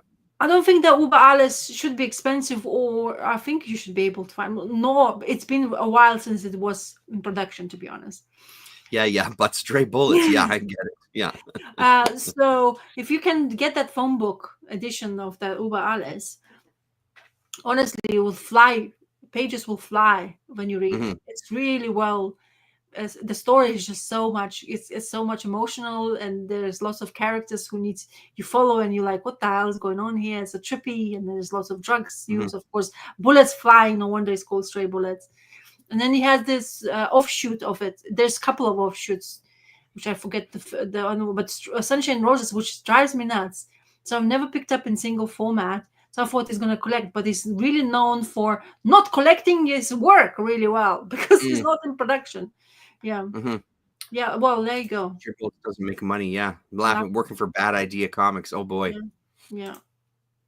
That's the fun. Because everybody who I've known read the Stray Bullets, they rave about it, but not many people do it. Like, come on, read the book.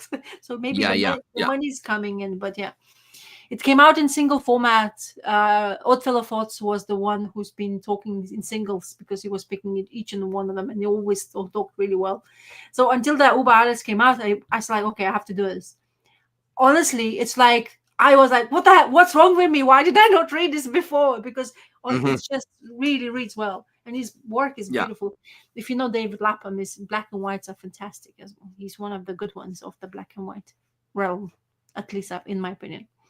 Anyway, so have you read are you keeping up with the titles? I am keeping up with it. I was actually looking for it today, and he didn't have it on the shelf, so I don't have that. Yes. Which issue is it? 8? So, yes, 8. Yes, 8. Yeah, I don't have it, but yeah, go for it. Talk about it anyway. The art, man. Oh, do you think it gets better? It does get better. I mean, I love the art. I really love. Issue 7 art was really nice, man.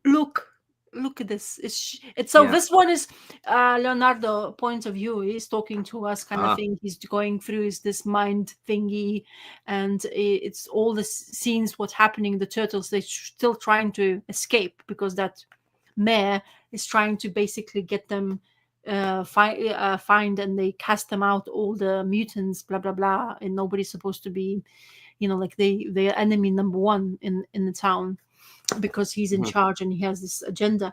But honestly, the artwork, I mean, I just love it's so emotional as well. The emotions are portrayed. It's black and white with this a color scheme of the realizing which turtle we are talking to and who's talking to as well. And it's emotional once again because Leo is basically following, and we're getting more information about the guy, like almost the kingpin of the mutant out in New York City, Hell's Kitchen. No wonder it is. And he's basically showing off or picking up all the mobster guys, all the scum of the earth, that's how they call them, and telling them off. I'm in charge. You the douchebags, you're gonna have to listen to me now, or else, kind of thing. And honestly, he decides that he has this grand idea. So if you want to do the bad businesses in New York City, you have to wear the masks. And he tells all the bad guys to wear it. If you don't, or else, then you get like proper beaten up to a pulp. Yeah.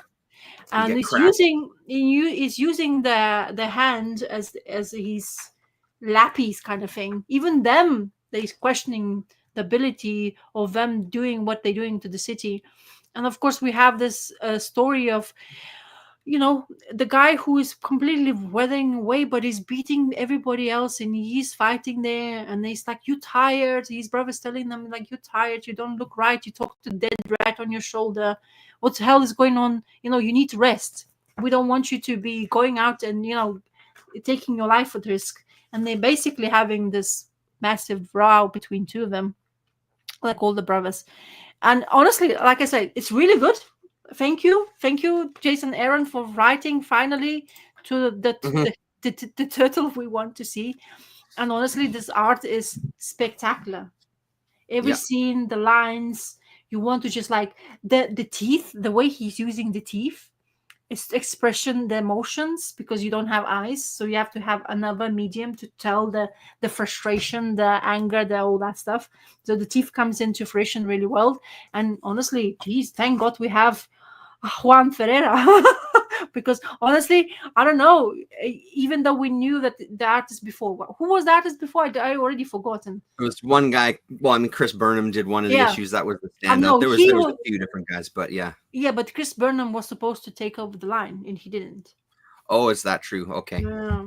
And then we have the really well-drawn Bebop and those two. Look yes, Bebop and Rocksteady. Yeah.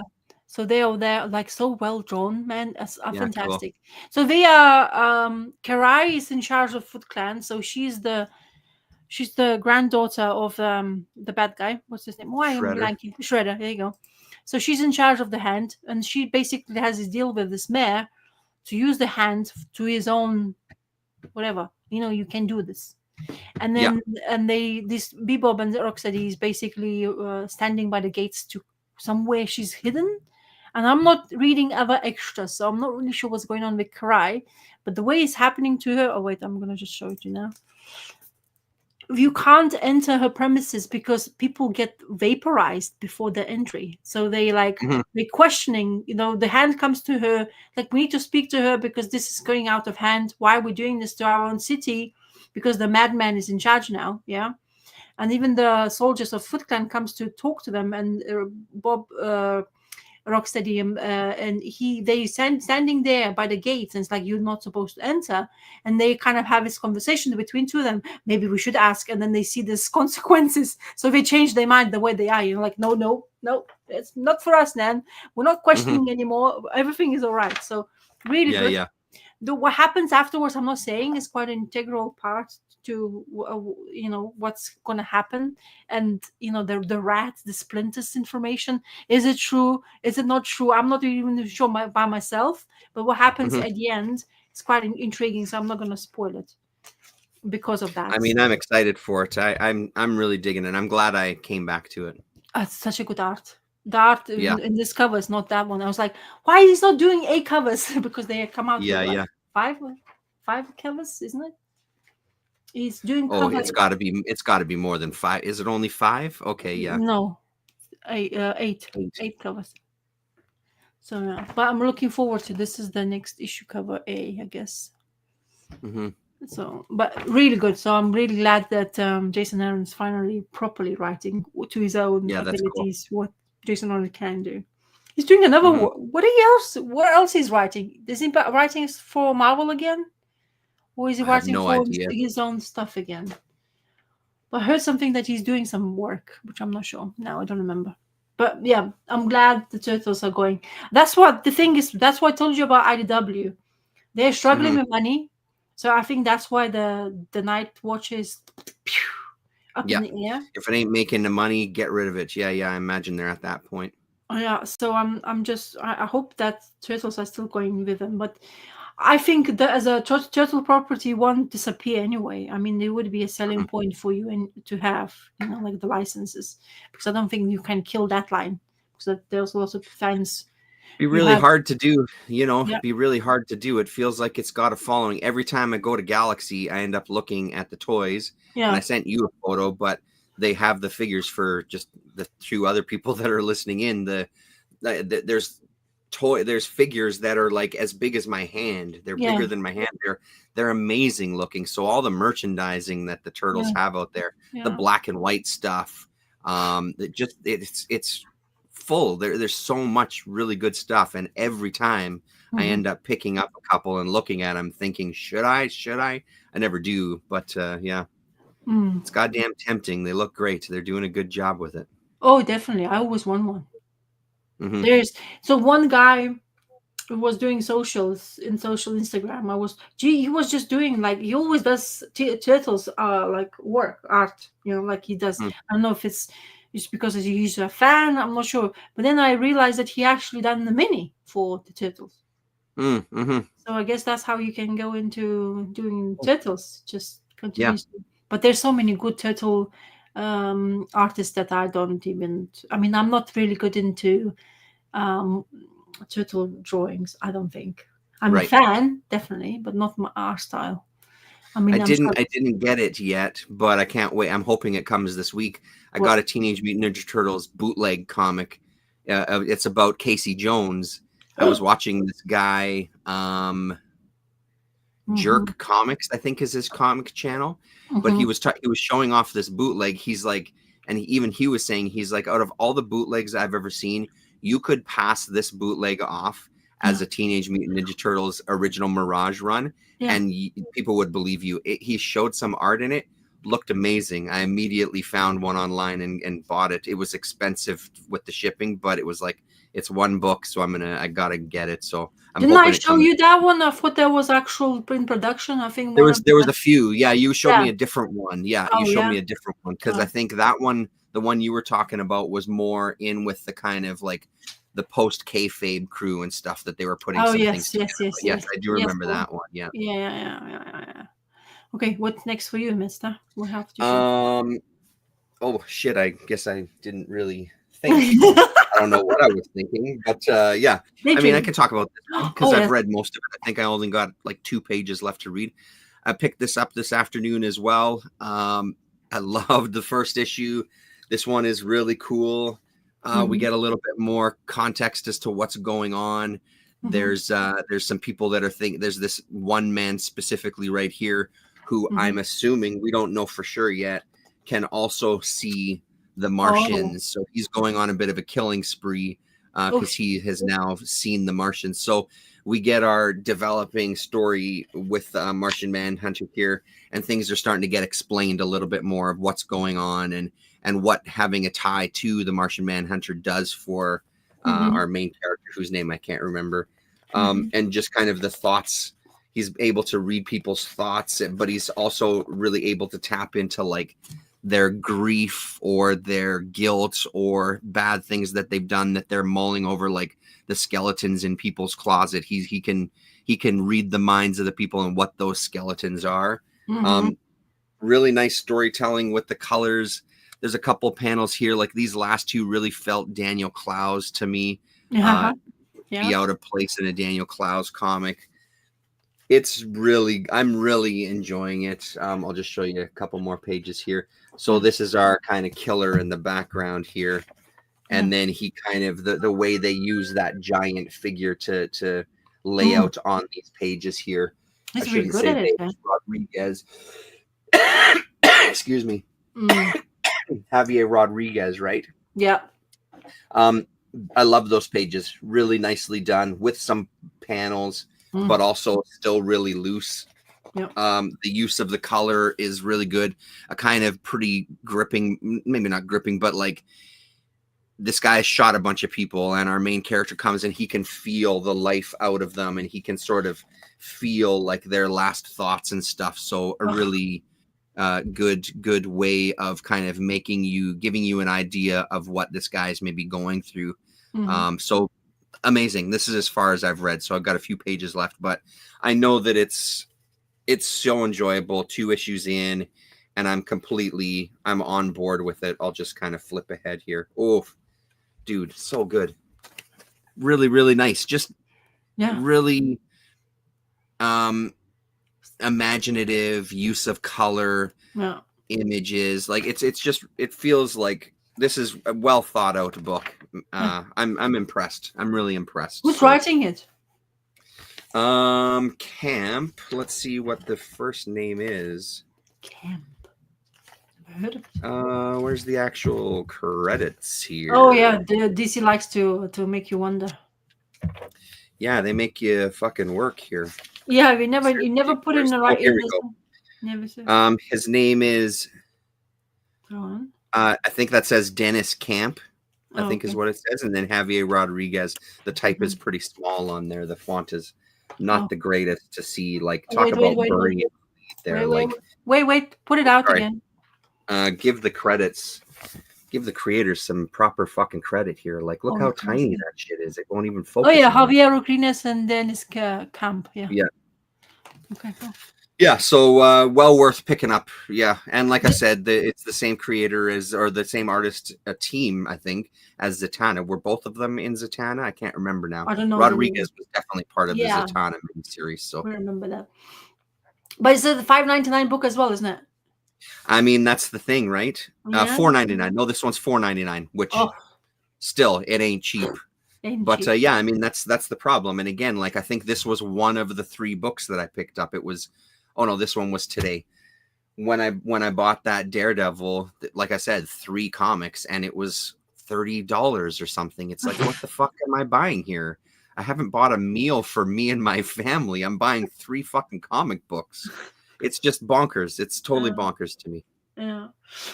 Is it mini or is it ongoing? It's a mini, isn't it? This is a mini series for Martian Manhunter. I don't know how many. Okay. Cool. Have you read this? No, because I haven't picked it up. That came out this week as well too. I presume. Yeah, I think so. So it's a second issue of the 1,000 Plums. I always leave at the end because I know this is going to be fantastic, and it always is. Stan Sakai and Hi-Fi color design, which is actually quite fantastic. But this is continuously being like the faces and all that stuff and the action. So we're going to that area with the plums. When in the first issue you have a cousin of Usagi's picking a plum, and then they almost chopped him the head off because of doing that.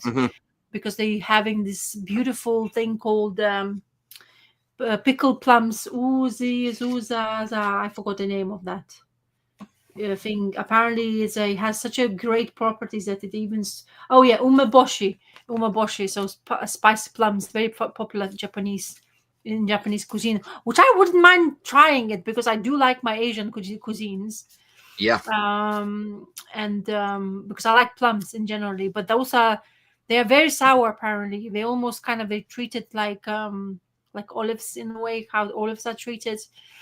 They are Okay. very sour, but they do it salty when they pickle them.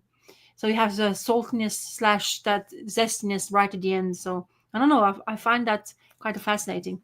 I mean, it sounds pretty tasty. Yeah. But anyway, so they find this a massacre, really, because from that issue they were running towards the screams and stuff, and that's what they find.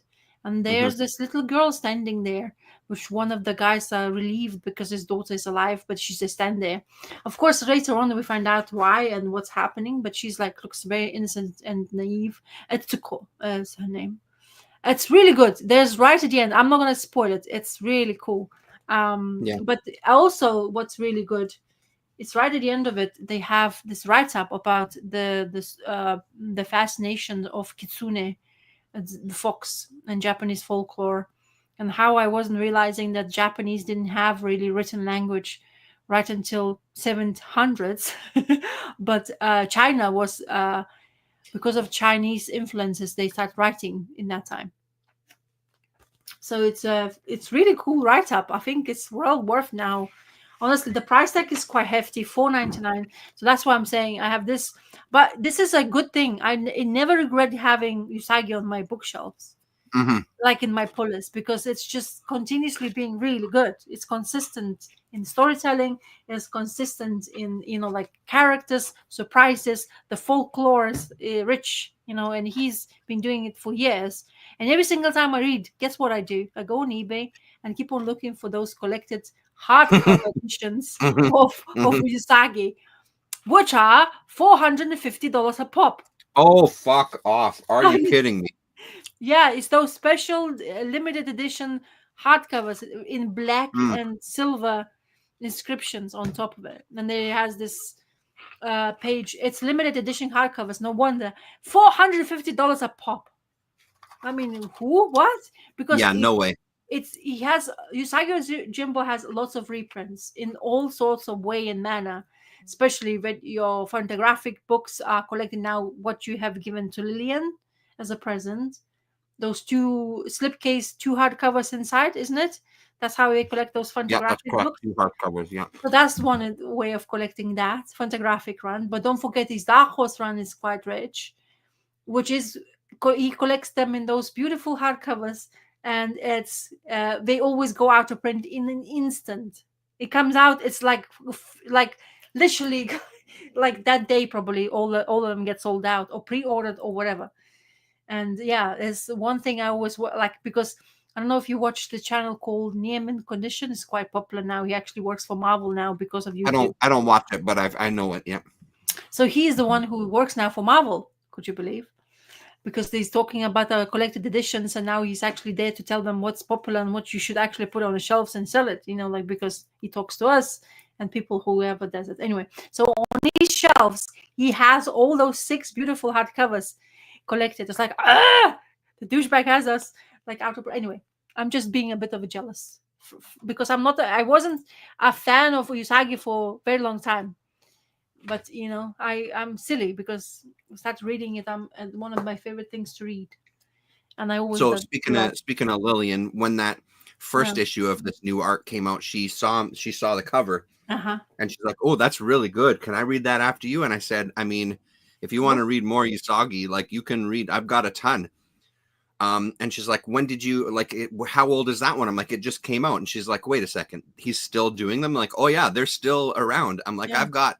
If you like those books, I've got a ton of Usagi that you can read, so she's pretty excited about it. There's another was small hardcover. Oh my god, even more limited than that. Jesus. The small hardcovers. Oh wow, crazy. So yeah, because there's so many versions. I've got my Fantagraphic stuff right there, and I'm glad to have it. And I'm looking forward to getting this new one. This is really good. Usagi Yojimbo was continuously I mean, that's always good. It's not very. It comes out every month, I think, but there's a gap sometimes. I think he has once and like doesn't, because he does the chunkies, like those. This is what he says on them also. 2 or 5. 5 of them comes out. I think he has a month break and then he comes out with another one, which is actually honestly quite good way, because he already tells you that it's gonna be like that, and you kind of not expecting it anymore, and you don't have question marks like other. We complain about other ones, but it's just us griping about some really small things. Oh, the small one started with Fantagraphics. The small hardcovers, yeah. Okay, next one for you. Can I show you what I got at the mini Comic Con? Yeah, of course you can. I have not read it yet. Don't worry about it. Just show it off. But oh no, I mean, no, what you got? I'm excited about it. It's only 2 issues. But it is finally, I have in my hands the Richard Corbin, 2 issues of Richard Corbin's Bigfoot. Dude. What I didn't realize that it's co-written by Mr. Rob Zombie. Steve Niles and Rob Zombie doing the writing on it, but it's Corbin art. And these I've known about forever. I've never seen them. So these cost me a couple of dollars. I think it was $20 for the 2 of them, but it was worth it because I've never seen them around. So yeah, the beauty and the danger of the mini comic convention. So that was the priciest thing that I got at it. I also managed to find. Sorry, what's that? It's $10 a pop. I know, $10 a piece. I mean, that's one Daredevil comic. So yeah. So I also picked this up, a little zine on a movie that I'm a fan of, The Blind Dead. There was I think it was a trilogy. Armando de Osorio, a Spanish horror series. Really, really great. So this is just a little magazine about it. What was exciting to find there were these for $2 a piece. I found some old kitchen sink catalogs from 1992, 1996. And then 1998, I think. So, or sorry, 1996. So maybe it was 94 and 96. Who's Yellow Kid? Yellow Kid. One of the early. I don't know if it was. It's one of the earliest kind of comic strips out there, I think. I'm not super familiar with the history. If Colin Blanchett was here, he'd be able to tell us. So I love all these old catalogs. They were $2 a piece. Oh, really? They've still got all the order forms inside that you would fill out. But it's really great. I've got old Fantagraphics one. I think I have a Rip-Off Press one. I don't think I have any other kitchen sink ones.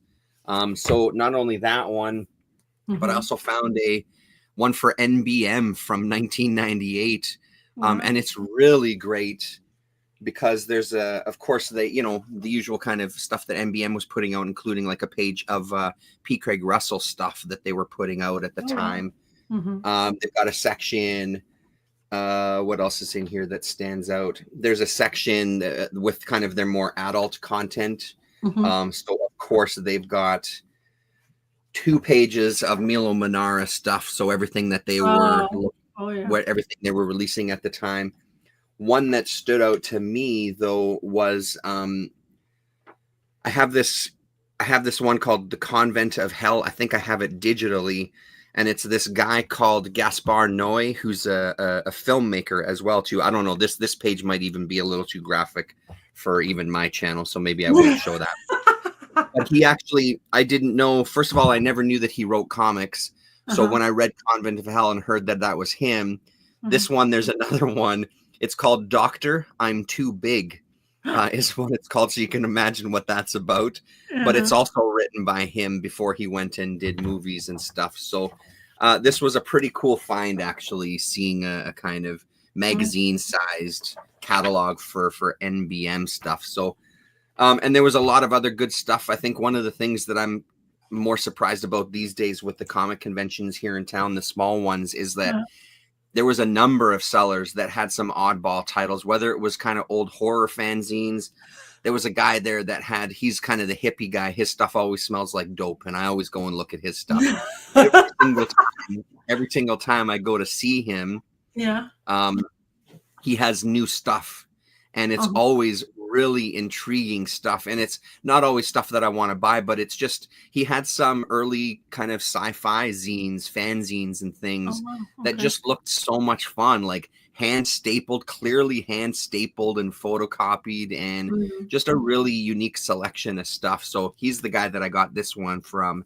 But I mean, like I said, this was the big purchase. So once I made this purchase, I'm like, I don't need to walk around and look at anything anymore. I saw Garrett, Comic Guy Rules. Speaking of old YouTubers, he was at the show, so I got to kind of hang out with him for a little bit and chat with him. So that was nice. Is he okay? Yeah, he's doing great. Yeah, he's still there. CLZ app, just like I am, digging through boxes, pulling out stuff. Hey, what do you think of this? Hey, check this out. It was great. He's a good dude, man. It's always, I always run into him at the comic shows. No matter what time I end up going, it seems like that's the same time that he ends up going. So we always kind of meet up for a little bit and have a quick chat. Well, there you go. He explains what Yellow Kid was. Yeah, very innovative and racist. Yeah. The title's called Yellow Kid after all. Yeah, I can't imagine it's. Yeah. Nothing you would see these days, I think. No. Okay, so the find of today's, which is I wasn't looking for it, but I always go to this charity shop because they do have some trades or whatever. Most of the trades are comic book related. But this is the one I've been wanting to get. Of course, I'm cheap, so I tried to buy it as a deal, and I found it. And I don't know if you have read it, but I'm going to show it to you. Oh, hey, bro. Awesome. That's classic. So you read it, have you? I have read it in the past, yeah. Yeah. So I've been looking for it. This is a fourth printing trade paperback, by the way. So it was £5.99. I could not resist. Of course, I'm going to get it. And it's the one Conor Palmiotti and Ennis work, which is not really kind of like, I know Conor and Palmiotti because those two, he's writer, she's the artist, blah, blah, blah. They are very famous for DC work. But Ennis, and the way he says that storyline, it's really well done, by the way. It's really nice, neat, really good copy, by the way. It's for the charity shops. But here, Achtung, Englander. It's like a story, and it has how they came up with the story, or he had the story. But the only thing you needed to do is to convince Jimmy Palmiotti and Amanda Conner to work on it for him, because this is like stupid idea about like a prostitute getting her powers. It's so filthy. The typical Ennis work. The subject matter is like no holds barred, and she's like she doesn't make some excuses. This is her day, the way she survives, the way she takes care of herself and the baby, which I was very surprised by it. But she has a baby now. Who is the father? It's like I'm more intrigued about. And she gets the baby back all soiled up from the neighbor because she's doing too many jobs, and blah blah blah. And her life looks miserable, man. But then she doesn't, like I say, she just gets on with this stuff, and she has the most filthiest mouth the female can have. She swears left, right, and center, and then you have this the viewer, or like almost the watcher. He's spying on Earth, and this is some interstellar pervert. Yeah, and it's like, oh yeah, I can give her powers and see what she can do. And he has this bet with the robot head, saying like, what happens? Surely not every single human can be a superhero. And they make this bet and turn her into superhero. And from there it goes to crazy to more crazy, and it's a laugh. I mean, as much as swear words and all that stuff, I'm like, sometimes, I'm not sure if I want that every part of it, but that's her character and accept it. And I really like how they make fun of this guy and his supposed Robin, he's like hiding between his legs, and it's just some like not really safe word for kids, for example. I definitely wouldn't want to see my son to read this first thing he can. But my husband saw it. He's like, oh my God, I know exactly what is this story about. He doesn't even know the title yet. He knew exactly what is it all about. So he's the one who's actually going to read this little trade. And the way it surprised me, the way it ended, I was like, no, God forbid why, and they give her this outfit, and of course the famous The group window. window.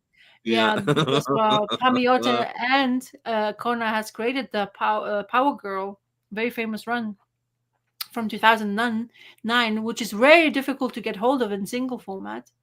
Mm. On eBay, they ask for one issue, £10 for one issue. Mhm. So it's a run that hasn't been reprinted for a long ass time, and I'm kind of waiting in the midst to see.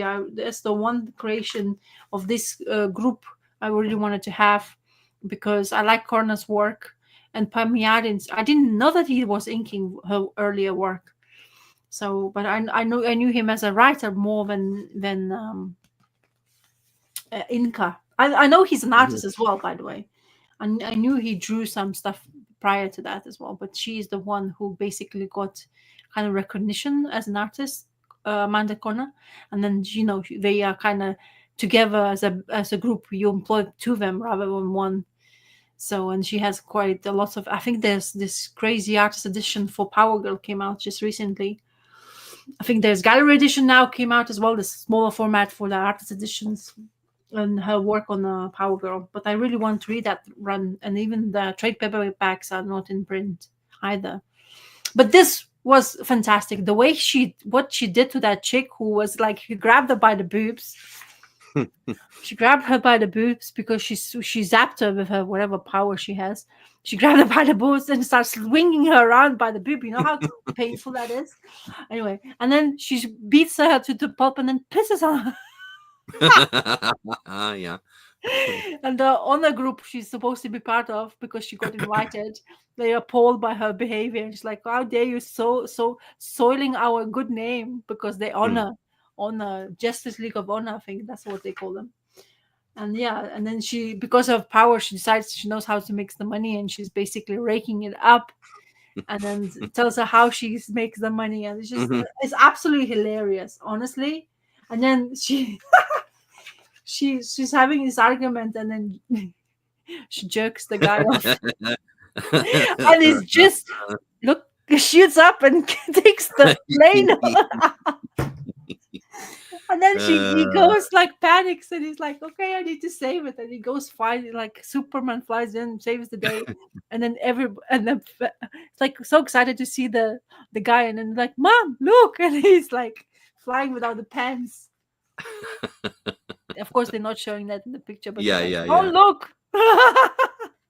So yeah, and what happens to her, she basically, spoiler alert, it came out since when is this production? Oh my gosh, quite a while ago at this point. 2007, so shitloads, long time. Spoiler alert, she saves the day without being mentioned afterwards, which is so disappointing. So she's the one who tells them off, because they keep on telling her off for her filthy mouth and the way she's behaving.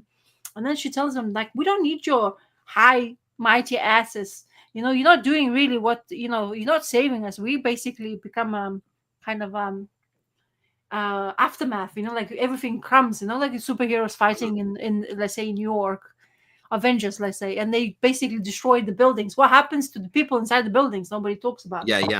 So basically she tells them off. And then while this heist happening, and they also mentioned the September 11th, which is kind of interesting. We mentioned that in this comic book. And then there's these people with of course bomb, and they having hostages, and they're going to save the day. And of course they're not having the greatest plan, and he's saving everybody, but he's like steel, so bullets are flying around and killing everybody else. So not only the people, but also the bad guys. And then she decides, the guy who's about to explode everything, she takes his hands away with the triggers, and then they find out it's actually like nuclear, and in 5 minutes you're about to destroy everything.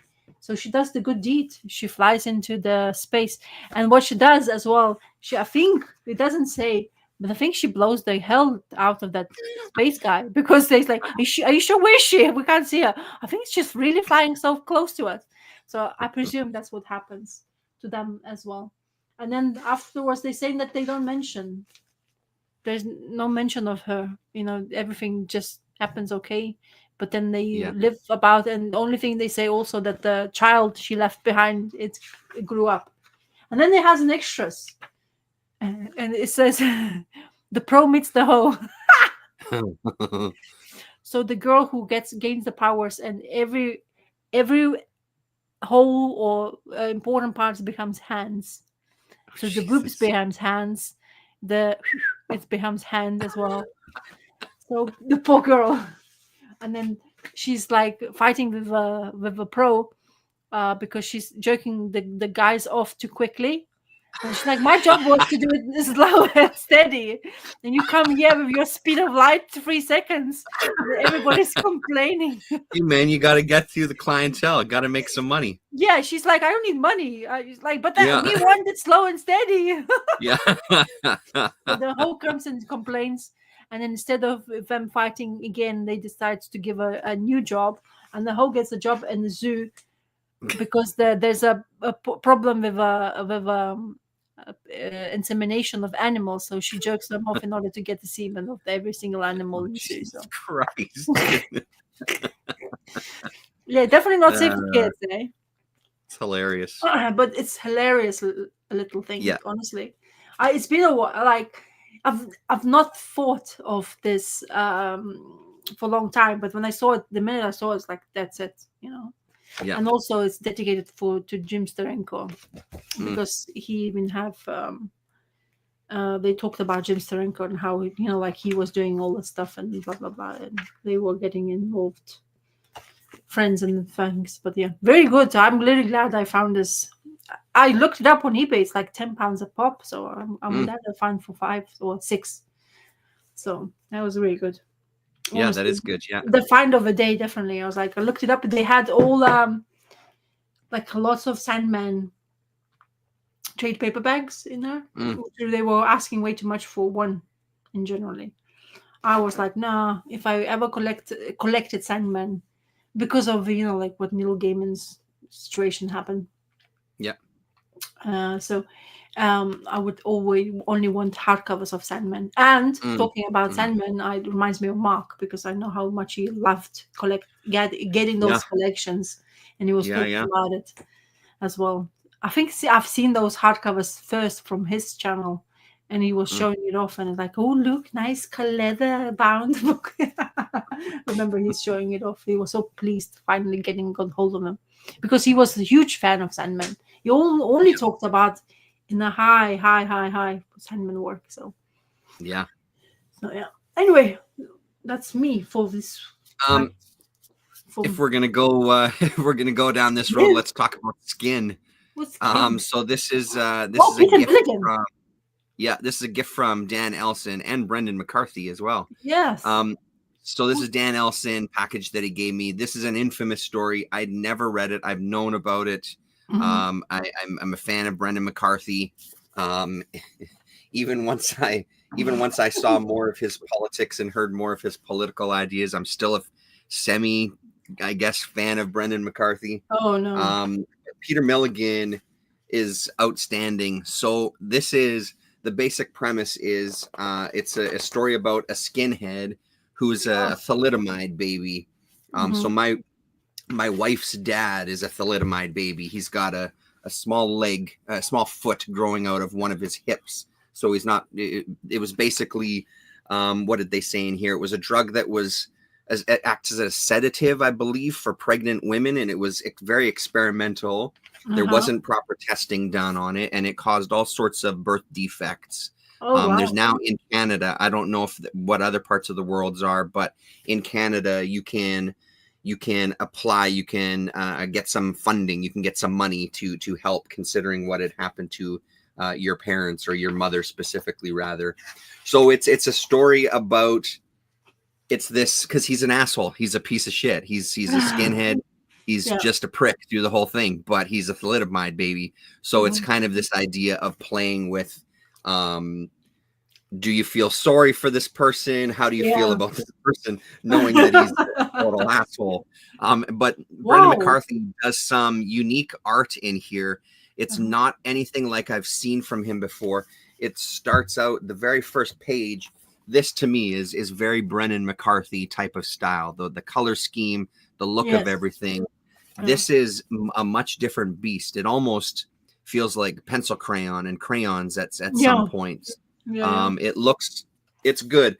Overall, the story is okay. I mean, there was nothing, you know, I was hoping that there would be a little more humor. There was some kind of maybe more darkly comedic kind of moments in it. Yeah. But overall, I think I was expecting something a little more bonkers. I don't know how this was received at the time. I think it was one of those books that was banned in a lot of places. I bet. Because of the insensitivity that maybe people thought was being pushed. I mean, he's got 6 fingers on his hand. His arms are really short and everything. I enjoyed it. But I don't know if it's something that you need to necessarily rush out and try to find a copy of. It's in this weird kind of size that doesn't quite match anything else. Doesn't fit in a magazine bag and a board. It's just a very unusual kind of dimensions to it. But yeah, so there you go. Skin. Somebody's asking £30 on eBay in here. Oh, is that true? Yeah, this one's seen some love, and it's all of them looks like well loved, that's for sure, which is also really great. Yeah. So shout out to Dan for that one. That's cool. That's basically it. I don't have much. I've read only all the books. Basically the whole pull list this time I got hold of in one chunk, and I have Red Crow. That's the extra reading I did, but I couldn't resist it, so I got it today and I just went. It's a breezy read, you know, like it's breezy. Yeah. It doesn't take itself serious. I just really like the way the character, kind of in the way the characters end to a point. You know, like I would have thought that she would have a bit more laurels given to her, but because of her, I guess, past, that's why she didn't get any of it. But yeah, that's it. Yeah, I'm not even sure there's any comic book yet in my pull list to read. Like I know Out of Alcatraz, if you're thinking of getting it, it's coming out this week for sure. So yeah, I'm gonna try to hit that shop this week. I work on Monday, Tuesday, Wednesday, so I'm gonna try to get down there maybe Thursday. And the turtles, don't forget the turtles and the Usagi, if you can get hold of that. Yeah, that shop Galaxy, they're really good with turtles and Usagi. They usually have multiple copies of each of those titles. And the turtles, because turtles is obviously a big seller for a million shops, they usually do multiple covers, and so they have usually lots of options still. I know. I don't know. There's some other comic books. I know that Kamui is supposed to be summer release. So I'm looking supposed to be summer release, yeah, but I haven't looked to see exactly. No, it's still saying not. They don't tell you the date yet, so it must be. Okay. I mean, hopefully it'll come out soonish with pre-order, because I would definitely pre-order, because mine came out like no time. You know what happened? Yeah. Oh, I'll tell you one thing. It's funny. So I pre-ordered a Pirate Girl guy. What's his name? What's his name now? Bastian. Bastian something or other, right? Yeah. Anyway, so not Vives, is it? Bastian Vives? No. Who the heck is that? No. Vives is a French artist, by the way. Yeah. If you talk about Vives, but I forgot. Anyway, Pirate Girl. So it's supposed to be new Pirate Girl coming out. I pre-ordered it. They're on pre-order, so I paid for it, I think. Anyway, and it's supposed to come out in April, and I've been waiting and nothing. And I was like, Jesus! So something again happened to the printing, so I haven't get in touch with that company I usually pre-order with. But I'm like, I've been waiting, and that's the only thing I'm really looking forward to read, because it doesn't come out with stuff really quickly, because it takes a long ass time for him to draw, because he has this meticulous pencil art, which is beautiful to look at, and it's really good. What is his name now? Oh, it's gonna bother now. Oh wait, I'm gonna do eBay search. Pirate Girl. But he came out, because I thought it came out already, and it's saying it's on pre-order, because I told you, remember we had the conversation. I do remember you saying, yeah. Yeah, and I was like, what's going on? Wait. Comic. Come on. eBay, do the job. Jeremy Bastian. There you go. That's Jeremy the name. Bastian. There you go. So he came out with a new thing, and I pre-ordered it, but I don't know if it's gonna come out. It's kind of, it's one of it, like when you order something and you wait, like that really clearly with Kamui happened to you. So I'm waiting for that one, but there's no news. Yeah. And it says April, end of the April. This is already end of the April. It's like about to finish. It sure as hell is. Yeah, it's literally the 27th. We have we have 3 days left. So come on. So I don't know. I think I'm gonna have to get in touch with those and ask them, because they even don't. Cursed Pirate Girl Volume 2 hardcover. I don't know what it is. I don't even know the name. Wait, I'm gonna go all my. Oh wait. So Bastien Vives is an artist, a cartoonist, a French cartoonist. Yeah, I knew the name was something to me. I knew that I knew something, but I had to satisfy my curiosity. And then Legend of Kamui, Undrawn and Quarterly. Yeah, it just says in stores this summer. That's all it says. Yeah, that's the same thing. Wait a second. I'm gonna check that website, and I'll tell you what I'm talking about. Jeremy Bastian. Okay, there you go. Cursed Pirate Girl Melodious Mutiny.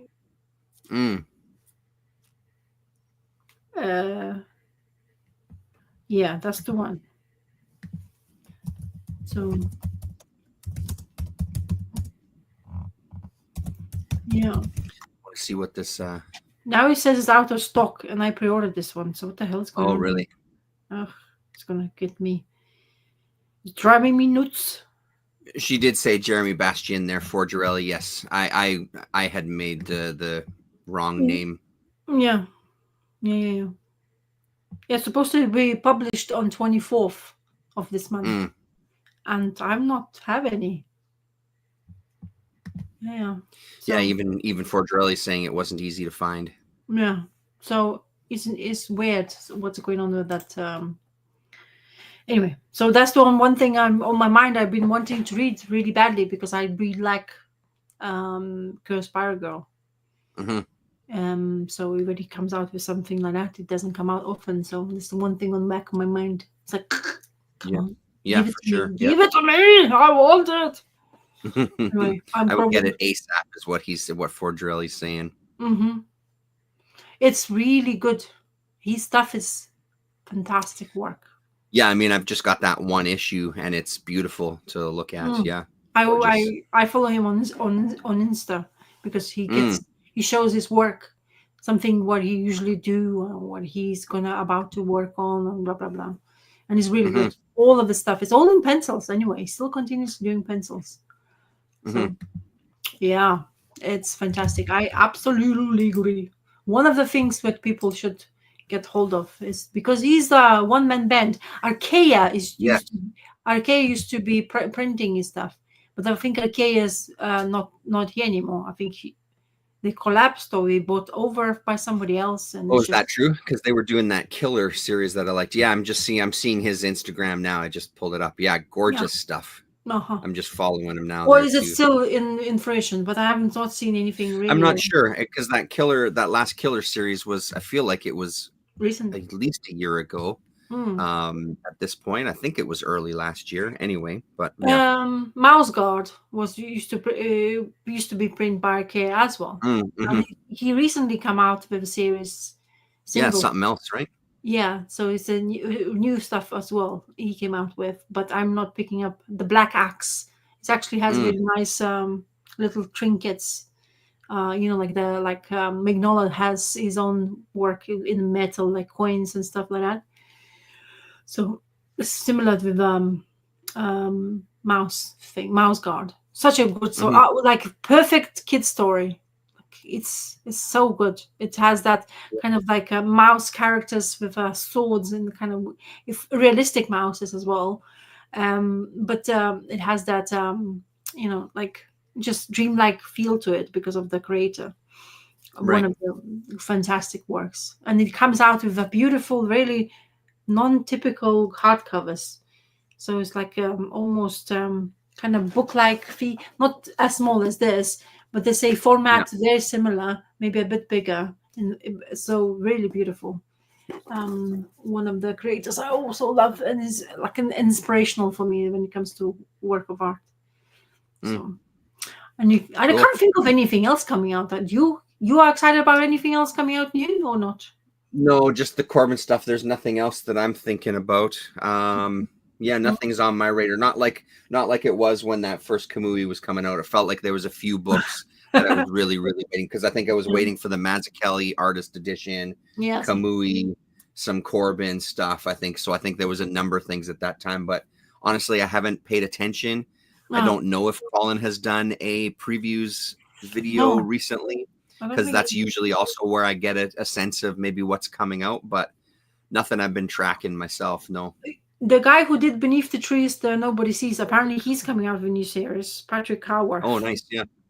So I liked it, his work. So I wonder if I don't know who is he going to be working. Is it IDW is going to do his work like he did Beneath the Trees, or is it?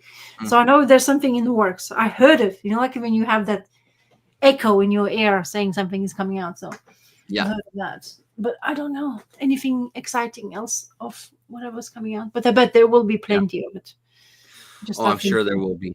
I have no doubt. Yeah. There's always plenty to try to take your goddamn money. Yep. Oh, he is doing a sequel to Beneath the Trees. Oh, there you go. Lovely. Thank you for sharing. If you read it, you should read it as well. Find it in the library. I bet he's in the library now because he's too popular. Mm-hmm. So look in the library and read this. Surprisingly, it's been everywhere. Yeah, very good because of the way he's drawing. It's a child story, you would feel, but then he has really dark twists and murderous, bloody stuff. I mean, I'd read it, but I have to read Stray Bullets apparently. So that's one that I've got to find that one first. I wondered. Go Google your Canadian Google and ask Stray Bullets über alles and see how much is it. Go on, do it. Okay, hold on a second. Do it live, so we have it on record. Do it live. It's evidence that actually Terrence looked do it live. Do it live. And let's see. Oh boy. What is that? Good. Turn that off. So this is Stray Bullets über alles version. This is Amazon.ca. This just is what came up. Paperback. It says $65.99. Oh boy. And there's 4 left in stock. Okay then. But this CA. But like I said, there's no fucking way I'd be going to them. I'd be looking to see what else. Let's have a look on the eBay machine. Hold on a second. Let's see. Gonna be. Oh yeah, eBay machine. Okay. Let's see what comes up here. There's one. The first one, $41 Canadian. But it's $57 for shipping from the United States. God. So I'm sure there'll be some Canadian ones in there. But yeah, so I mean, all the prices that are coming up are like $40. There's one for $35, $45. There's one for $83, one for $90. So it's all over the place. Guess how much is in here? There's one for $137. Yeah. Oh boy. In here is £30. Delivery is £8. Is how much for delivery? £8. Oh, 8. Okay, that's. Yeah, so it's like about 33 pounds in here. Yeah. So it's available. Would be nice to see what your opinion is, because every single time, as I say, the ones I've heard about. I mean, I'd love to read it. Yeah, but you have unfortunately, filtering eBay for Canadian sellers is no hits, so no one in Canada is selling that Stray Bullets. Oh boy. On eBay right now. That's why it doesn't make money. Canadians don't buy. Yeah, exactly. Canadians, yeah. No Canadians you missed the market. Why did you miss the market? It's so big. Yeah. Anyway, okay. Do you have anything else to share? Because I'm done. No. Yeah, we can get the hell out of here. Yes. Thank you, Forgerelli, for speaking and informing us with all this information, and other people appearing. I'll buy it for you. There you go. Thanks, Forgerelli. I appreciate that. He's appalled by your not being reading Yeah. Sable. He's so like, cannot be this thing. Come on. Fucking guy, Jesus Christ.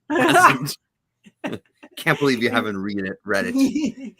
Comic fan. Bah. It was, yes. Hopefully next week we are on the track to see each other again and talk, maybe. I believe so, but I'll let you know. There you go. I'm pretty sure. Question mark. But anyway, if it is, it's gonna be on his channel. And if you don't want, Yep. you haven't seen us here, he's gonna do his Sunday roast. Sunday Yeah, chat. that's my Sunday roast. Yeah. The week of what do you say? What do you call it? Sunday what? Sunday wrap. I call it the Sunday wrap. Oh, Yeah. that's what I said. Roast. It's a wrap. Sorry. Yeah. No, that's cooked. Anyway. Yeah. Anyway, I'm gone crazy. Bye. Later, Forgerelli, Damien. Yeah, all of you. Bye.